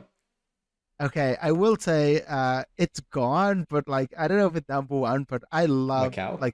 I love the degeneracy of Macau. Like it's so like the hotels are nice and the poker's great and like it's not like the best restaurant in Macau, obviously it's a chain, but like when they had the tournaments at City of Dreams and there was a Din Tai Fung right next to the poker room and you could just get Din Tai Fung like every morning before play I would get like a soup and some dumplings and like just like whatever, like sauteed like Chinese broccoli or something. And like, all in all, that's like quite a clean meal. And like it was good and satisfying and I liked it. Yeah, when was it? Uh 2017 was the last year, I think. yeah, whenever Super High Roller Wolf Yeah. now happened and yeah, ended it. you if somebody wanted like to do like a good like I don't think if somebody wanted to do like a good story of like a poker tournament, the Super High Roller World China story is like one of the all time great poker tournaments. Oh, yes. I remember that. Very expensive tournament for me. Yeah, it was 2018. Oh, Wow. 2018. Yeah, but like yeah, crazy tournament.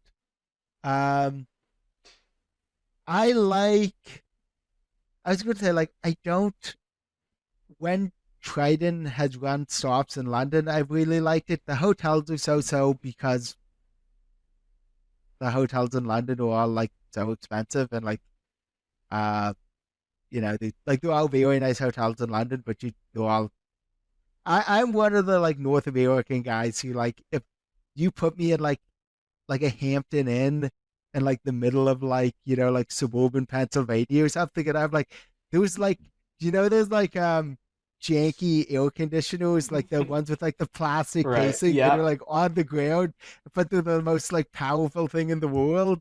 And you have like two queen beds and you have like a room that's like large enough where you can like easily stretch in your room. That like yeah, like that's better to me than like like a room in like Barcelona or whatever that has like like a marble table and like all these beautiful like sconces and Right. Yeah, you just don't value hardwood the floors. yeah. Yeah. Um. Yeah, But London's yeah. actually a strong choice. I remember first time I went to EPT London, and I think the second time too, I really did not like it. And then when we went to London for the Tritons, I actually really enjoyed it. And then I realized that the my experience at the EPTs in London was not good just because I was pretty busto at the time. It's just very expensive, but Yeah. quite enjoyable. London Uh, restaurant recommendation? there's a restaurant. There's a couple of them called Hoppers, Hoppers. That's Sri Lankan food, and it's kind of like a one of the kind of like upscale, like bougie kind of versions of it, but it's extremely good and it's a place I try to go to every time I feel, especially because like that sort of food is extremely good in London. Like all the like Sri Lankan, Indian, like etc. food is all excellent. Yeah, the three locations and yeah, it's one of the restaurants also that when you go with like I've only gone and like groups of 3 or 4 people, or like I think one time I went before my flight. Um, but if you can go with, getting like that sort of food, like Indian food or whatever, where you go with like a big group and you get kind of like everything on the menu, is always great. A weird one, like Vegas is kind of a weird one because I don't even think of it as a focus stop because I just go to see friends and it's kind of like a boring one. So I'll skip over that. Uh, I won't say it's my favorite, but since it's back on the calendar, I will say that I like, and we mentioned it earlier, it's not my top three, and like the food there is so. But I actually think Malta is quite nice. I think like the price is good. I think like it's a nice part of the world. I like the hotel. I like the casino. Like it's a very good kind of like sort of like if you're going to run a poker stop or maybe like the biggest tournament you'll run is like a 25K. I think it's like kind of the perfect stop in a lot of ways. Are you gonna go this October? Basically, the way things work now with me and family is like even now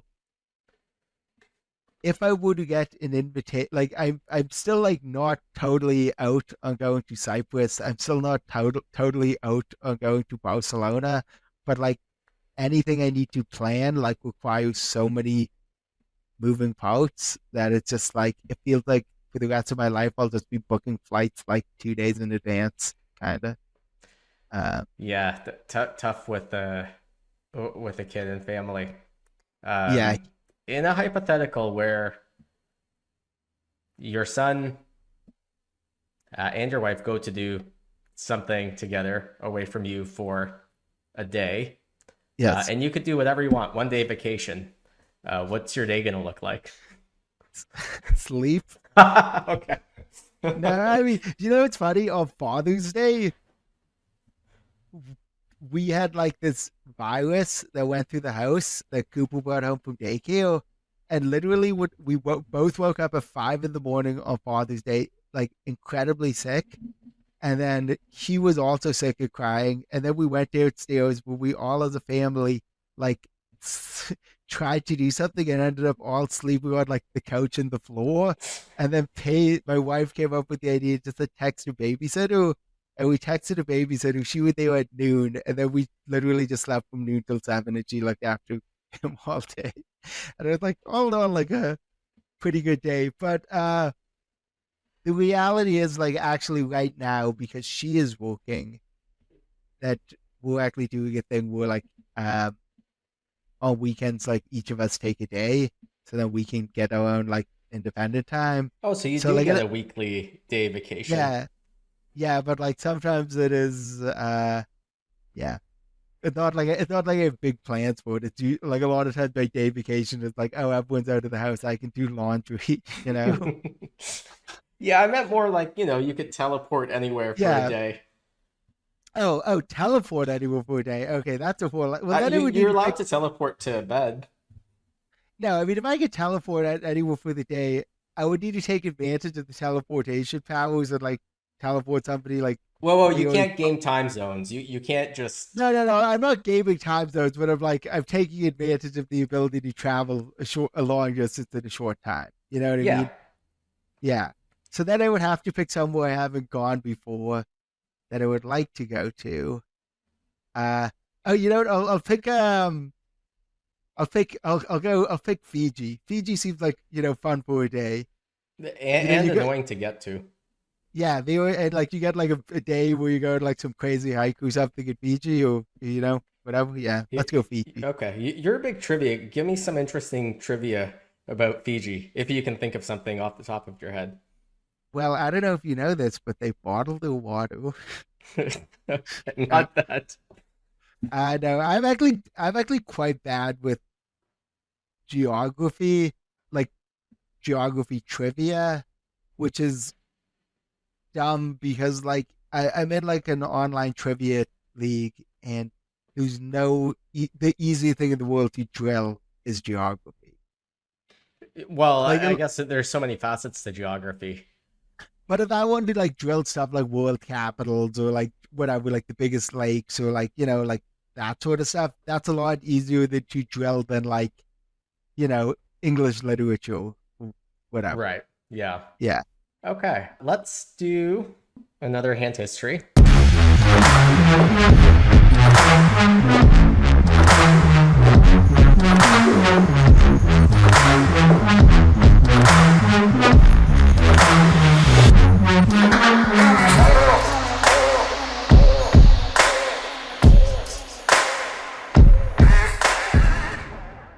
All right, so this hand is from your paid Substack. So if you want to read it, go pay for some Sam's Substack.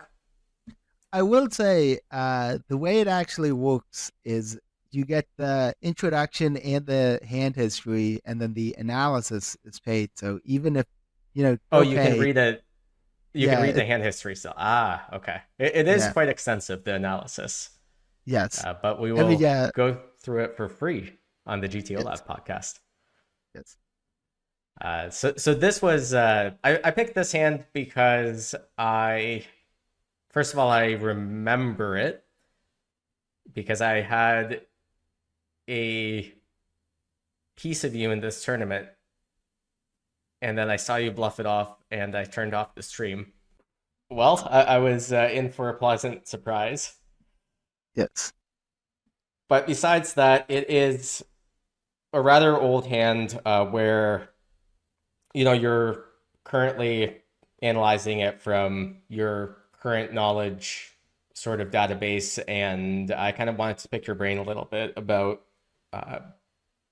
things that have mechanical things that you might have learned that have changed since this hand took place. But I'll let you go through the hand and set the hand up. I'll just have the text up. Obviously, the viewers can watch the highlights video as well, but go ahead. Yeah, it is funny. I was like, oh, I wouldn't need to remember all the other stack sizes at the table, and then I see I wrote them down, and was like, yeah, good job. So I am the chip leader in the tournament, but just barely. It's the Party Poker Millions, Caribbean Poker Party, with a million for first and like 80, 90 for eight, I believe, were eight-handed. Um, there are the Party Poker tournament. I think it did some classic Party Poker things at this tournament, which is it just hit the guarantee of 1,000 players, and it had a million starting chips. So I believe starting stack with a million chips. So I believe there were a billion chips in play. It's a bit of fun. Yes, it's funny. Yeah, there are, and I actually have I think I have the stacks written correctly, that it should be 109 million and 194 million and so on and so forth. So, Oh, I see. Okay, so yeah, everything's shifted over 2 decimal points. not that it matters, of course, it's all Well, it proportional. sounds And yeah, cooler. yeah, it does. And then I guess the blinds are actually at 2.5 million, 5 million. Is that right? Yeah, Well, it looks right, yeah, although given it's a party yeah, poker structure, it might be yeah, like, 23,500, yeah, 47,000. yeah. So, I am again the chip leader, but just barely. I cover under the gun 7 by 2, 1.5 big blinds, and I cover Shadow Love in the big blind by 2 big blinds.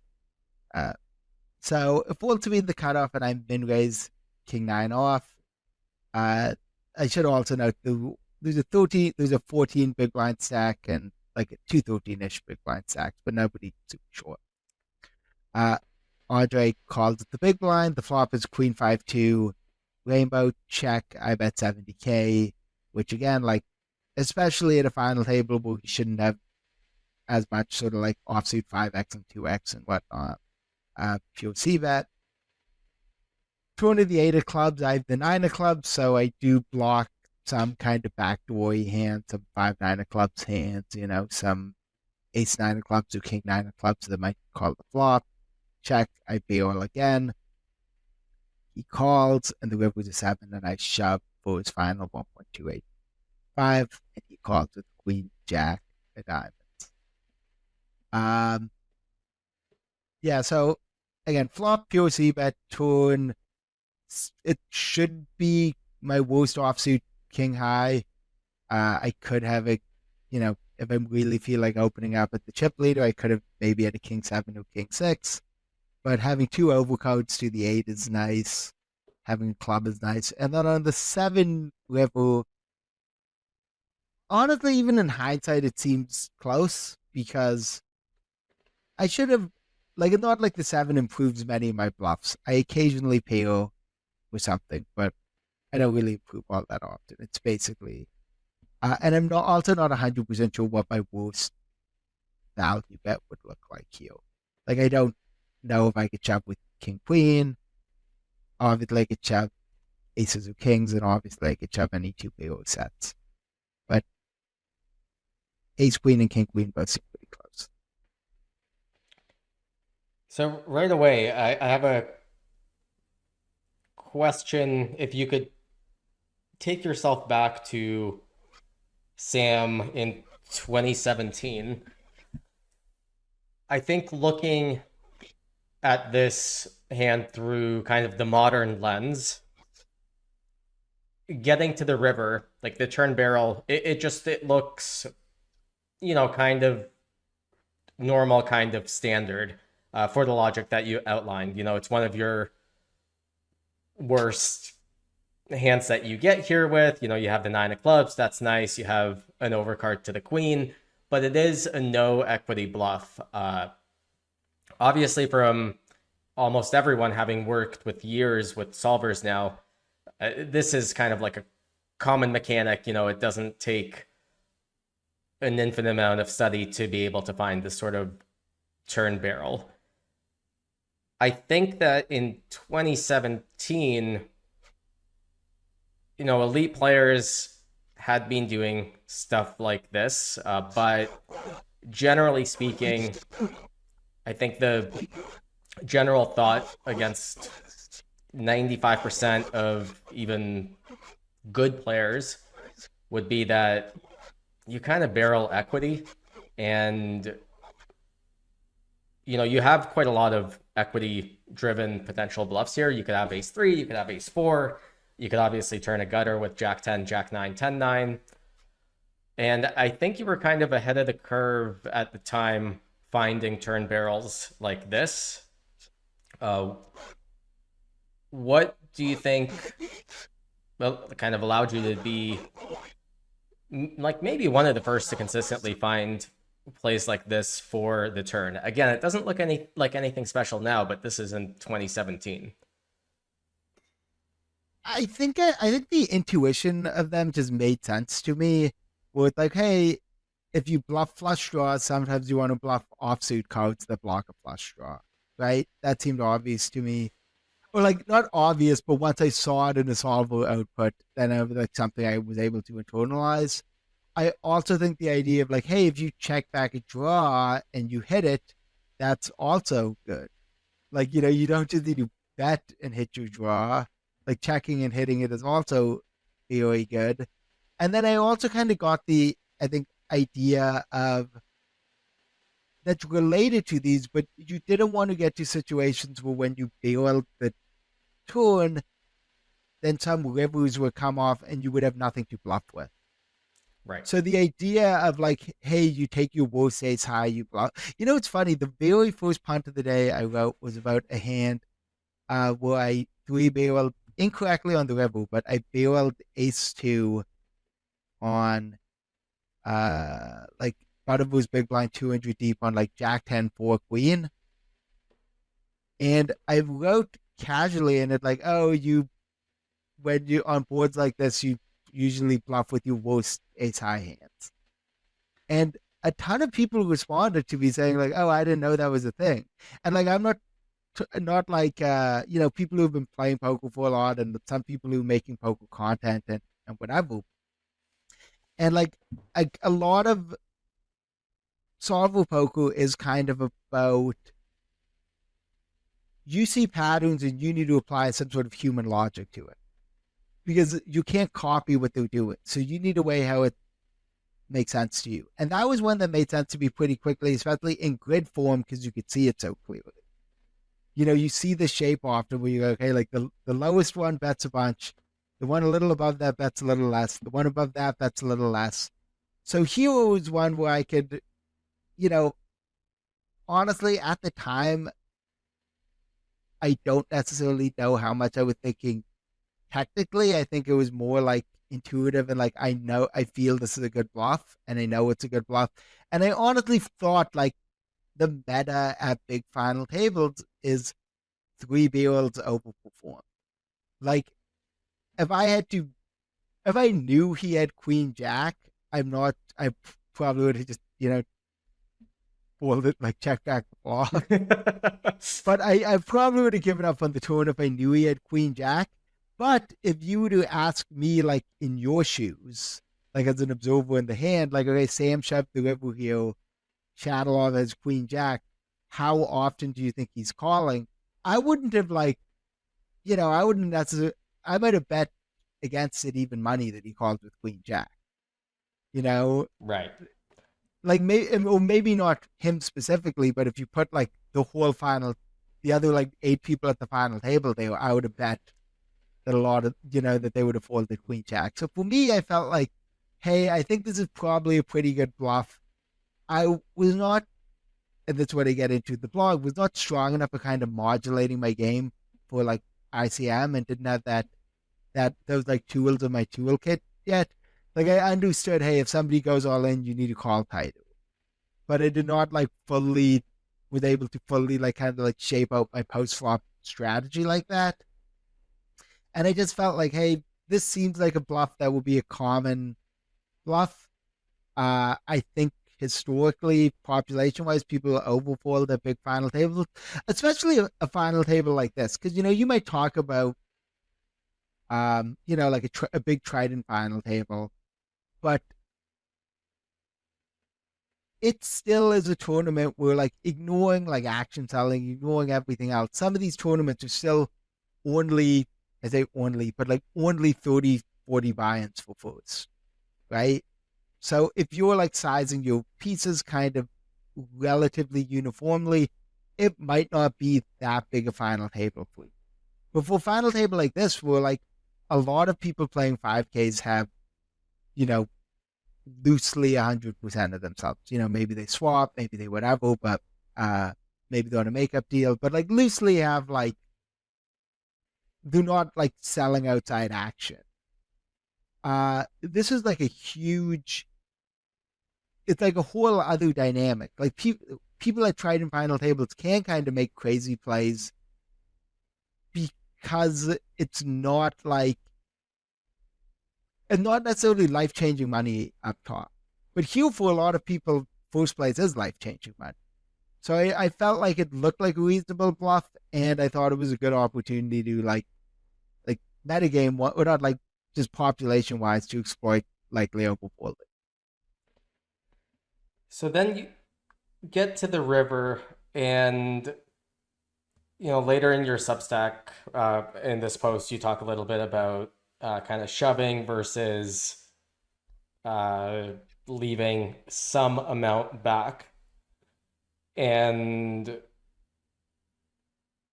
I think probably had you played this hand nowadays and you saw that you had stacks that were very close to each other, you covered them by just a few big blinds. There's other things where, you weren't sure exactly how much you cover him by. But were you aware of this sort of mechanic of leaving kind of chips back? And I'm not talking about like one chip if they cover you, but a substantial amount back in ICM scenarios at the time. I think I was this hand is from 2017. Yeah, that's right? why it's so interesting because one of the things that you bring up in the Substack is kind of like, well, you're discussing this notion of leaving 10 big blinds back, let's say, but is that even something you were thinking about back then, or could have been thinking? You asked the question earlier about like questions with, or like things you notice from students, and I think one of the things that's so hard, and it actually gets to the first question you asked as well about like tournament poker, is you're constantly trying to like balance like 3, 4, 5 different types of games now. And like at the time I was relatively new to like learning chip EV solver poker, and it's complex enough and hard enough. as is, that the idea of like weighting it um with tournament considerations that weren't kind of like the most obvious of tournament considerations, like, hey, when facing a pre-flop shove, you need to call title, that sort of stuff. It's very hard to do. And I'm sure I had thoughts generally of like, okay, maybe at a final table, I'll get rid of shoving 300% pot on the river, you know? But I don't, and like, I think that happens with a lot of these, um, the thing that happened in like, like the hot hand in basketball, how that has kind of like had this kind of like epistemological like life, which is it used to be that the idea was that people were like, oh, we looked in people who played basketball were like, trust me, the hot hand exists. If you're feeling it, if you're hitting your shots and you've hit like three threes in a row, you're like more likely to hit your fourth three in a row. And then people looked at it analytically and looked at the data and were like, no, it's garbage, it's bullshit, it's all random, it's all independent. And then people looked at it with like better data and were like, oh no, actually there is an effect to this. It's real. Once we adjust for like shot quality and and everything, it actually has real effect. And I feel that has happened kind of with poker, where there are things that the best players had some intuitive understanding of. They might not necessarily know exactly how big the effect is or how to apply it or how to execute it, but they had that understanding of it. And now, with the help of solvers, but also just from observing other top players and thinking about it, now we are at the point where people are like, okay, I actually get it. Like I have some ability to modulate this play and execute it well. So I don't know if I like was consciously like, oh, thinking about how much to leave back, but I had an intuitive understanding from playing thousands of poker tournaments that like running a big bluff with the chip leader if it goes wrong is very expensive and costly, and you need to be like more judicious when you do it. Yeah, it just wasn't at the forefront because there's so many other things to consider. Yeah, And yeah, I mean, even still, I mean, to go back to your basketball example, which I think is really interesting, there's kind of like the intuitive, obvious counter effect where if someone believes that the hot hand's a thing, and then that leads them to perhaps take a shot that is generally lower probability, yeah, all else being equal, that's obviously going to bring, the likelihood of getting your next shot in on average, if you're just looking at this kind of unsophisticated data. yeah, And here,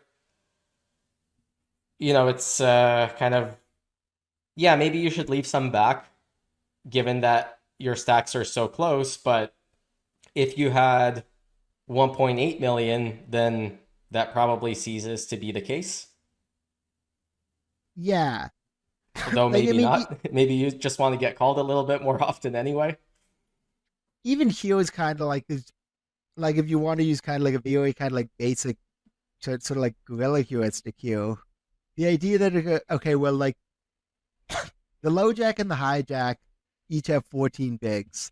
They're going to consistently be hitting the blinds before me, right? So like even like the idea of if I could leave myself with like, if I had enough chips where I could leave myself with 700K back, then I'm like, well, then I'm ahead of the low jack and the high jack. They'll continue to hit the blinds next to me. Then like I'll greatly increase the chance that instead of finishing in eighth place, I'll finish in sixth place. Like now, obviously, sometimes you don't have that privilege. My other thought too was again like if this went through, I would have had like 2.5 million, so I would have been like 600 clear of under the gun 7. And then I would have like really maybe just been able to just kind of like, you know, to like, like when Just you won coast to the. like when you won the online Millie Maker thing and you just had like the final table where it's just like you just like won like every hand. Right, where at a certain Yeah, point the sack distribution was just so favorable for being able to open everything from yeah, everywhere that there was this yeah, sort of snowball effect. yeah, yeah. So what did you end up I'm gonna cheat and scroll down a little bit. I forgot what you graded yourself. I gave myself a pretty bad grade because we didn't really talk about this, but like A C I plus. I didn't know. That's the other thing. I thought he had fewer chips. I Mm-hmm. thought like I it wasn't like a spot where I thought he had started the hand with like 1.2 million or something, and it was shoving the river for half pot. Because like obviously I wouldn't have bet 90% on the turn if I thought like he had that many chips. I just thought it was more of a spot where instead of shoving the river for like 100% pot, I was just shoving the river for like 80% pot Right. for like 90. I thought it was setting up to go quarter like 90-90 kind of, and then I would have actually like left myself with enough kind of a more reasonable amount behind. But again, it was this weird thing where I sometimes I feel with certain live stuff, I just want to kind of like shut it out almost. Where I'm like, if I ask him how many chips he's playing, is he going to read it as strong or weak? And then I'm like, don't think about it. Like maybe you will, maybe he won't. But if you don't ask him, then you don't need to think about it. You don't need to deal with that distraction in the hand. Except like knowing how much your opponent is playing is not like a distraction. It's kind of like a key thing with the whole hand.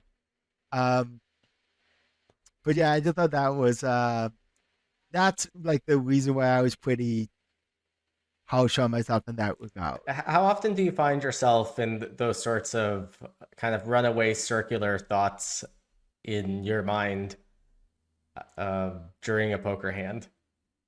I mean, like I've talked to Dan Smith, I think had told me like if he is a marginal open and he ever thinks he's like kind of maybe gave something off weak, then he'll just fold because the open isn't making that much, and if he's getting three bet a little more often, then like whatever.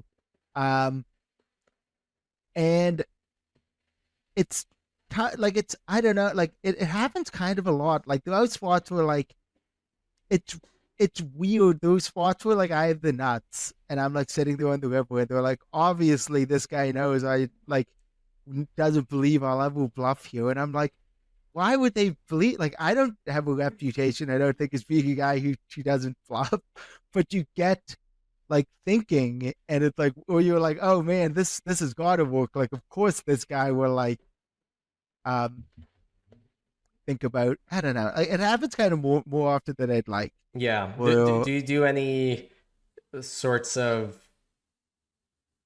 well, two questions. First, I think you would generally strike people as someone that generally thinks that stuff like meditation or mindset stuff or mental game stuff is a little bit overvalued by people that push it really hard. Correct me if, uh, that was a kind way to phrase it. well, okay. I was gonna say No, like I mean like I was no, gonna say correct I me if I'm wrong, but it sounds like I'm not. no, I think I think like meditation is definitely like something I should probably do and something I would benefit from and all that. I think there is a group of people who my fundamental view in like poker tournaments, the results are so chaotic.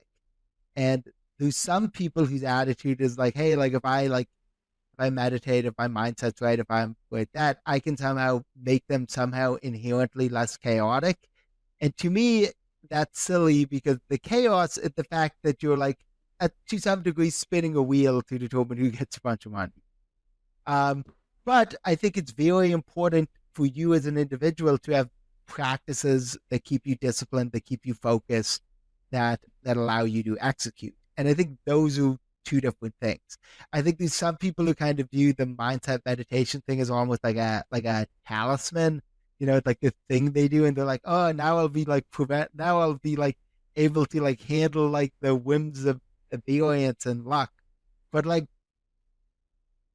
to me that hasn't been the case, but it can help me in my like day to day. I talked to like Tim Adams had like some good advice about this where he's like, I've played for long enough now that I know when like I need to go for a run and when I need to sleep in and when I need to like get a room service cheeseburger, you Yeah. know? And like it's about having that like sense of yourself. Um and I think some of my bigger problem with the mindset stuff are can be the way like it's been like sort of like commodified, and some of the people I think who are selling kind of mindset products are you know, it's especially like some of the mindset people I've like played poker with them, and I'm like, you just seem to be on raging tilt constantly. And then you were like, oh no, no, trust me, like look at my like Zen meditation thing, and I'm just like, I don't know, like you know, Well, maybe their like baseline is actually so far below yeah, that that's it's true. but yeah, I Like get what you mean for sure. someone like Ike who does meditate, right? I've never. He is like taught. You're very good at this as well. I think you meditate as well. I do. I go through, but I Yeah, go through spurts. That's what, like yeah, what Tim said, really resonates with me. Sometimes I'll need it every day. yeah. Sometimes I'll go a month or two where it's just fine. But you two are like very good at like just being like, oh, I just got like Ike is like, well, just go run straight flush. Time to go to the reg desk and re-enter again. You know, he's very good at that, and the way he sort of practices his sort of like uh or like talks about it is not does not feel to me like boastful. And I think that that's kind of what irks me, where people are like sort of like it feels like they're bragging about how good they are at meditating, which I'm like, this doesn't or like how much they're meditating. And I'm Right. like, this just seems counter to the goal of what you're doing. Yeah, I also think that there is a danger of, I mean, as someone that's a big proponent of meditation, I do think that there is a danger of falling into like essentially this trap where you can trick yourself into thinking you have more control than you do. It's something that you kind of alluded to a couple of minutes ago, where there can be this sense of, oh, if I just mentally prepare myself and really focus and pay attention to literally everything, then there's just like no way I'm not gonna win this tournament once it's Yeah, down to six-handed. And it's like, well, you know, you can still lose a flip or whatever. yeah, or like every time like something early on that helped me with folk and sort of things is like thinking of like getting aces versus kings as a flip, which is like a pretty like normal piece of advice, but it's like yeah, like it's not like you know if you have aces versus kings or kings versus aces, it's a flip. It's just like it doesn't matter. It's uh either situation you're getting all the money, right? Yeah. Um, There's no so it decision nodes that would be made differently by any reasonable player where you can actually make EV. yeah, and it like it sucks because if you get aces and versus kings and the person flops a set, yeah, it sucks because you went from having 80% to like double up or bust this guy to not. But like it's just random. Like you know, it if you got you know, and I think that has helped because it's like at any given you know at any given point in any tournament you're just live to get aces into kings and be out of there or kings into aces. So a related question to, I guess actually this hand that we even have in front of us. At what point do you draw the line of kind of like, this was essentially a flip? So, for example, there, I forget what they are, but with this King Nine hand, there were some particular suits that end up pure bluffing on the river, if I'm not mistaken, Yeah, in your breakdown, right? I happened to get I think it was the king of hearts nine of clubs pure bluffs, and uh king of diamonds, king of spades, nine of clubs, give up for whatever Okay. reason. So you happen to back into Yes. the right combo. You just gave yourself Yeah. a bad grade for I think not knowing his exact stack, some internal mental jitters. But Also, the other combos might have mixed. They might not have pure checked. They might have mixed. Like right. diamond club might have mixed. Yeah. So like at what point do you draw the line? Because in a sense, I could also make the statement of uh, if you bluff it off here and let's say Andre just has a pure call with pocket fives or whatever. Yeah. Right? In a sense, that could be said like, well, I got dealt a hand that pure barrels off. He got dealt a hand that never folds. It was a flip, but obviously this is a very pivotal and sort of polar spot. So, where do you draw the line of that sort of like, it was a flip logic? I think with something like that, I like trying to think of if there was like a way I could have known. Like whether like a live read, did I have some sort of like strength? Did I have whatever? Like even here, I think the question more importantly than like the specific combos I have is like I need to get for this bluff to work, I need to get him to fold top pair. If he never folds top pair, this bluff is a disaster. I'm just getting called like, what I'm supposed to get called like a third of the time. If he never folds top pair, I'm probably getting called like 80% of the Right. time. Yeah. I mean, Yeah. you'd get a fold from like ace high flush draws, 5x of clubs. Yeah. And then like maybe some stubborn, like, ace five type hands. Yeah. Actually, or whatever. So I think that's the question. Like in this one, I go, well, if you need to think to yourself, like, is he actually folding top pair? Because if he's not, it's a bad shot.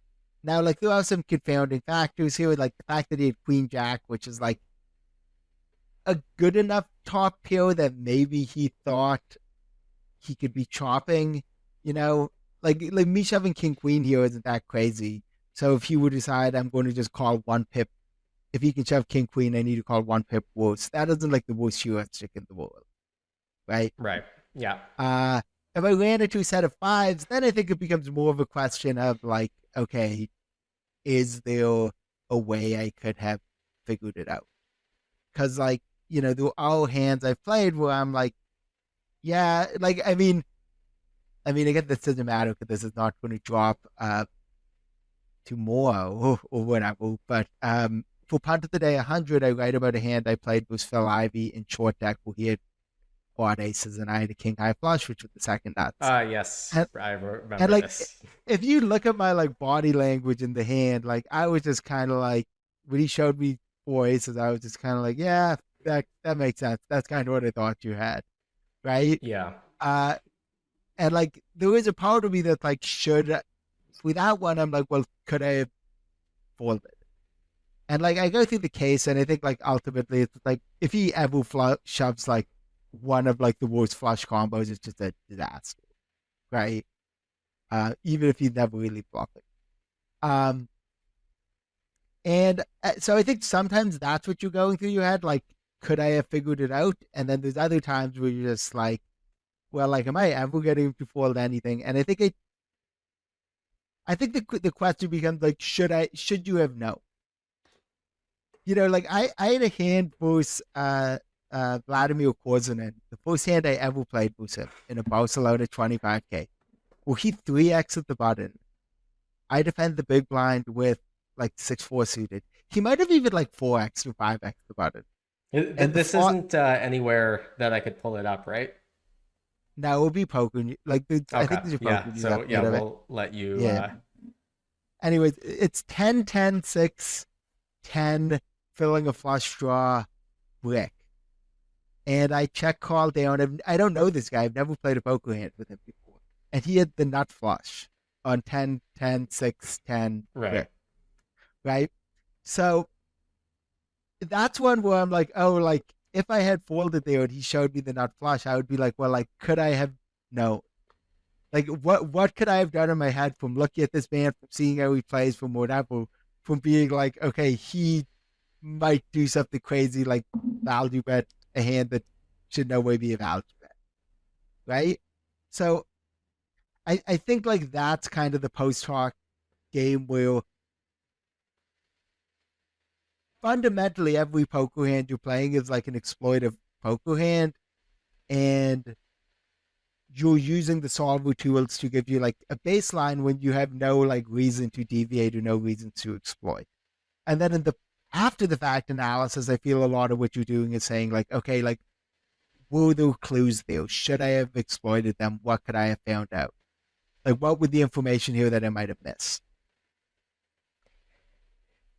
I think I want to go back to something that you kind of said in passing, but I think is a really important point with regards to the Queen Jack call down, where you said like, well, you know, he might think that I'm value betting King Queen for value, and you know, it's just 1 pip less, so kind of maybe makes sense to call that, and then there's this hand against Korzinin. They're very different, obviously, but the unifying theme for me is that when you are playing against human players, and by human players, really that's an umbrella term for just someone that can make a mistake either because they don't know better, or because they just had like a momentary lapse.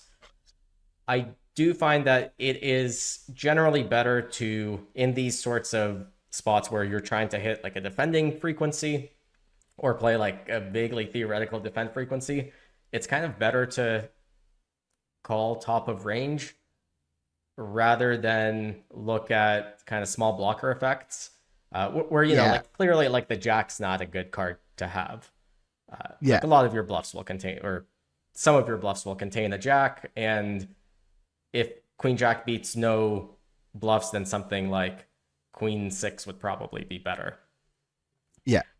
But against humans, I do find that it's kind of better to just call top X of range, which is also, you were talked briefly about kind of the flip side of that, where oftentimes you'll find recreationals don't find the solver bluffs, but then they end up bluffing the non-solver bluffs and kind of accidentally hit the right frequency,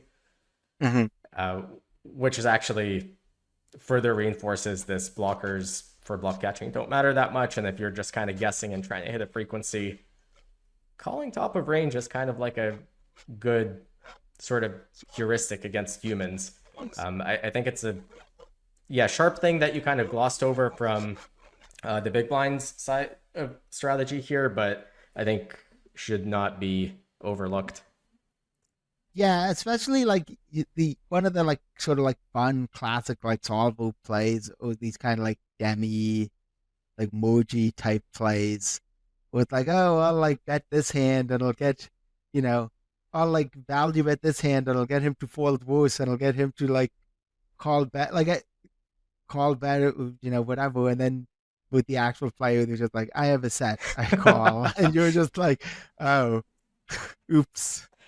Actually, have you ever executed one of those successfully? I actually saw kind of a, I mean, I'm sure I've done it like on the turn.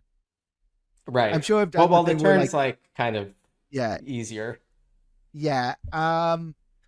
Now I read it to one that I actually think is like a pretty like sick one that you could pull off, which is like, I think it was like 100 deep, cut off big, 10-9x flush draw, check, big bet from the cutoff, turns a king, check, bet again, and then you check raise king queen as the big blind and shove the river, and then you can get called by like king jack and jacks and queens, but you fold out ace king and aces and whatever, and I think ace king and aces mostly, and I'm like, that's actually one that I think, like, I when I saw it, I'm like, because you're not even getting like two pair to fold it that one.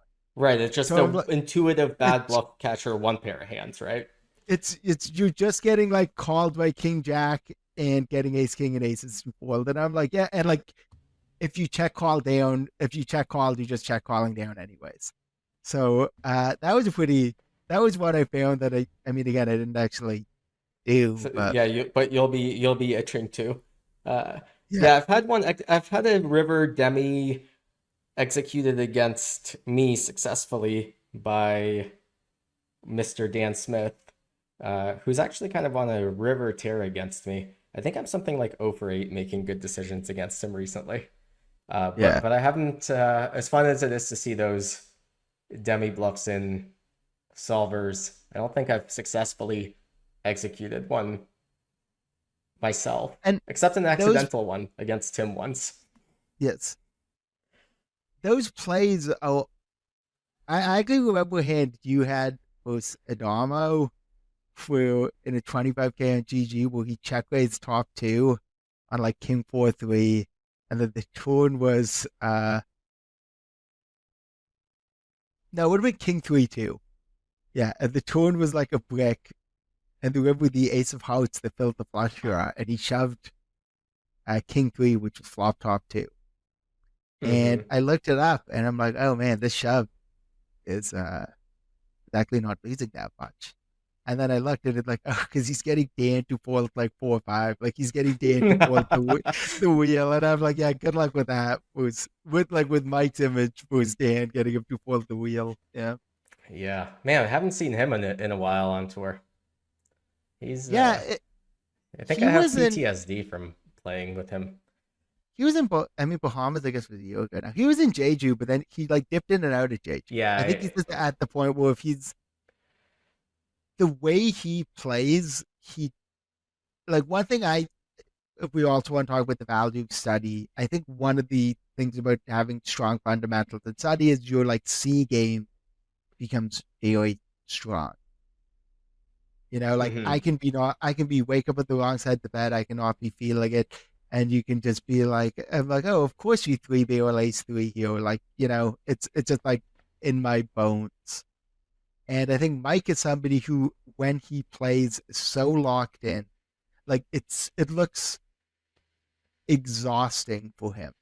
Like yeah, like like a day of poker for him does not seem like a day of poker for me. Like it just seems like he needs his brain churning like 120% all day, and he just can't. If he's not feeling it, he just can't play. Well, if I'm not feeling it, I can just be like, I slept like 5 hours tonight, and I'll get like, I'll make some like, I'll make some like small AOs, but I'll play like fine. right. The amplitude between Yeah, your A game and D game yeah, gets a lot less. yeah. GTO Lab Coaching, your path to the highest stakes. We have hundreds of hours of coaching videos covering GTO, ICM, PKOs, exploits, deep stack concepts, and more. Train with the greatest minds in live and online poker. Use code AUTUMN to get 20% off any purchase, only at gtolab.com. All right. Mm. As is tradition on this podcast, I will need 3 recommendations from you. Okay. It can be anything: books, movies, sexual positions. I didn't want to like do. I didn't want to recommend poker content because like the reality is like I don't. Yes, you're not allowed to recommend your own Substack. No. I mean like 'cause I don't consume that much like poker stuff. You know, I'm like but I wanted to try to at least tie it together with some vaguely like poker related things, at least in terms of parallel thinking. So the first one I mentioned with the guy who kind of as a reader encouraged me to start a Substack, which is Max Reed. At his Substack, Read Max, and I think I don't know if there's kind of like a. I find like a lot of the things I read about tech and news in the world kind of operate in like sort of two worlds, and I feel like there's kind of this like tech right wing libertarian view type people who view everything in tech positively, and they're like, oh, like you know, in like 3 years from now, Chat GPT is going to run the world, and we'll all be better for it. And then I feel there's kind of like people on the left who are so skeptical of everything kind of like techie and have so little kind of like fundamental understanding of what's going on, or like the ability to kind of like process um sort of like the technical parts of certain tech things, and they just view it all as like being the bad guy. And I think Max Reed does a really good job of kind of like being skeptical of kind of the tech establishment and a lot of the people who are doing this, while also kind of writing things that seem like logically sound and based in facts, and doing research and reading a lot of stuff. One thing I actually like a lot is when there's a very big news story, he will just post a list of like what I'm reading about this, and he'll just like list like 8 articles that have just like, tons of different perspectives on them. And then like somewhere, one, I like that personally, but two, I think it's also a and like it's also kind of him showing his work for when he actually writes things, that he's like, look, I'm actually basing this on this. So I'm a big fan of him, and will recommend people subscribe to his Substack. If you want something like lighter from him, I thought he had a really funny sort of meta article about the New York Times best movies of the 21st century list.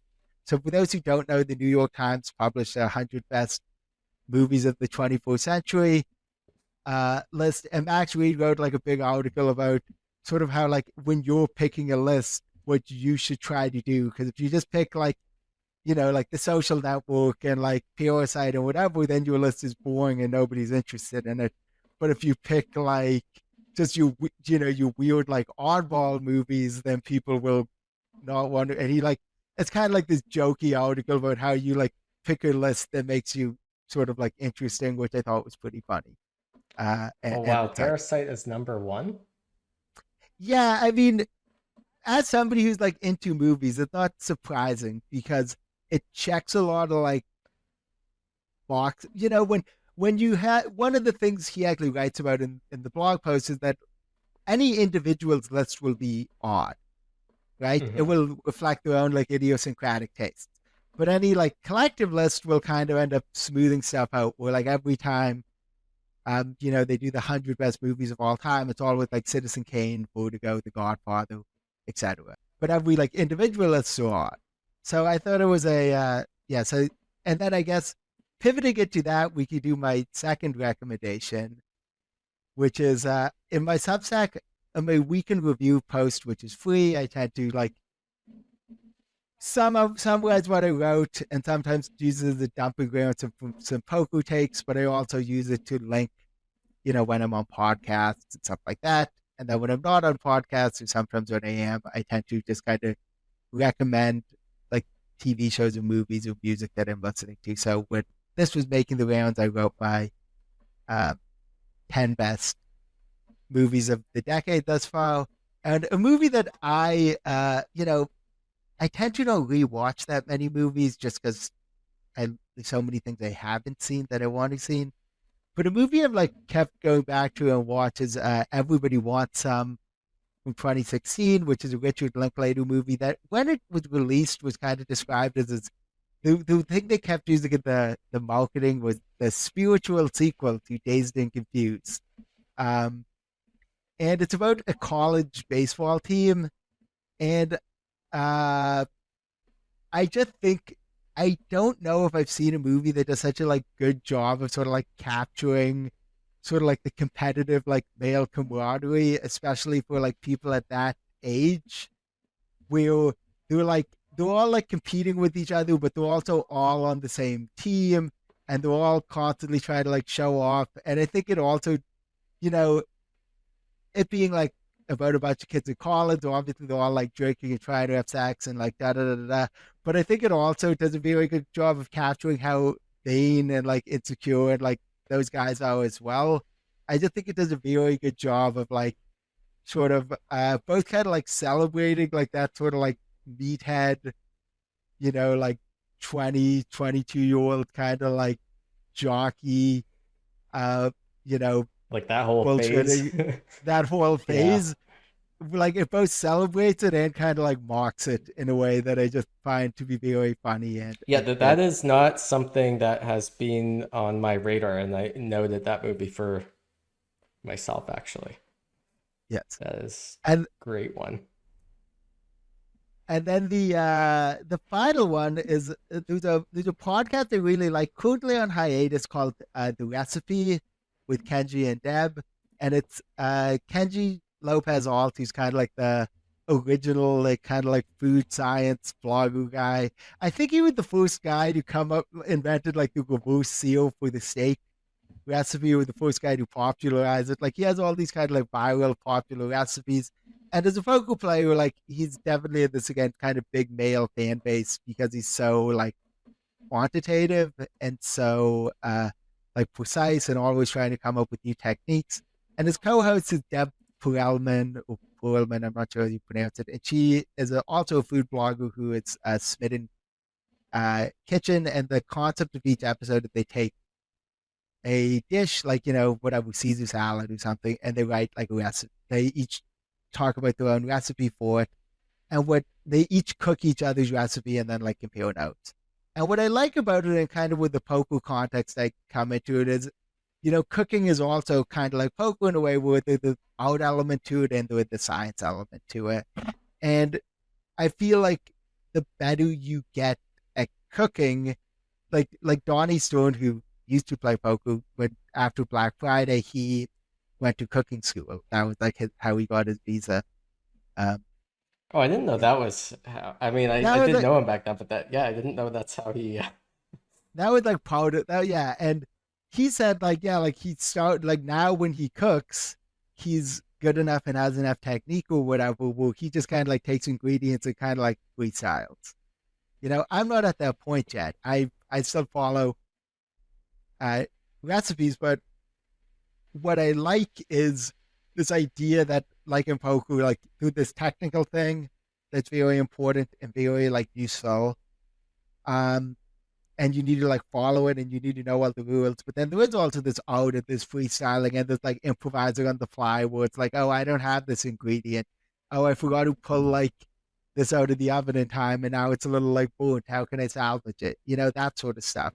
So, and I like listening to them kind of talk about recipes because it's again kind of like poker where you have the thing where they write this recipe and they're like, you must put in like 2 teaspoons of vinegar or whatever.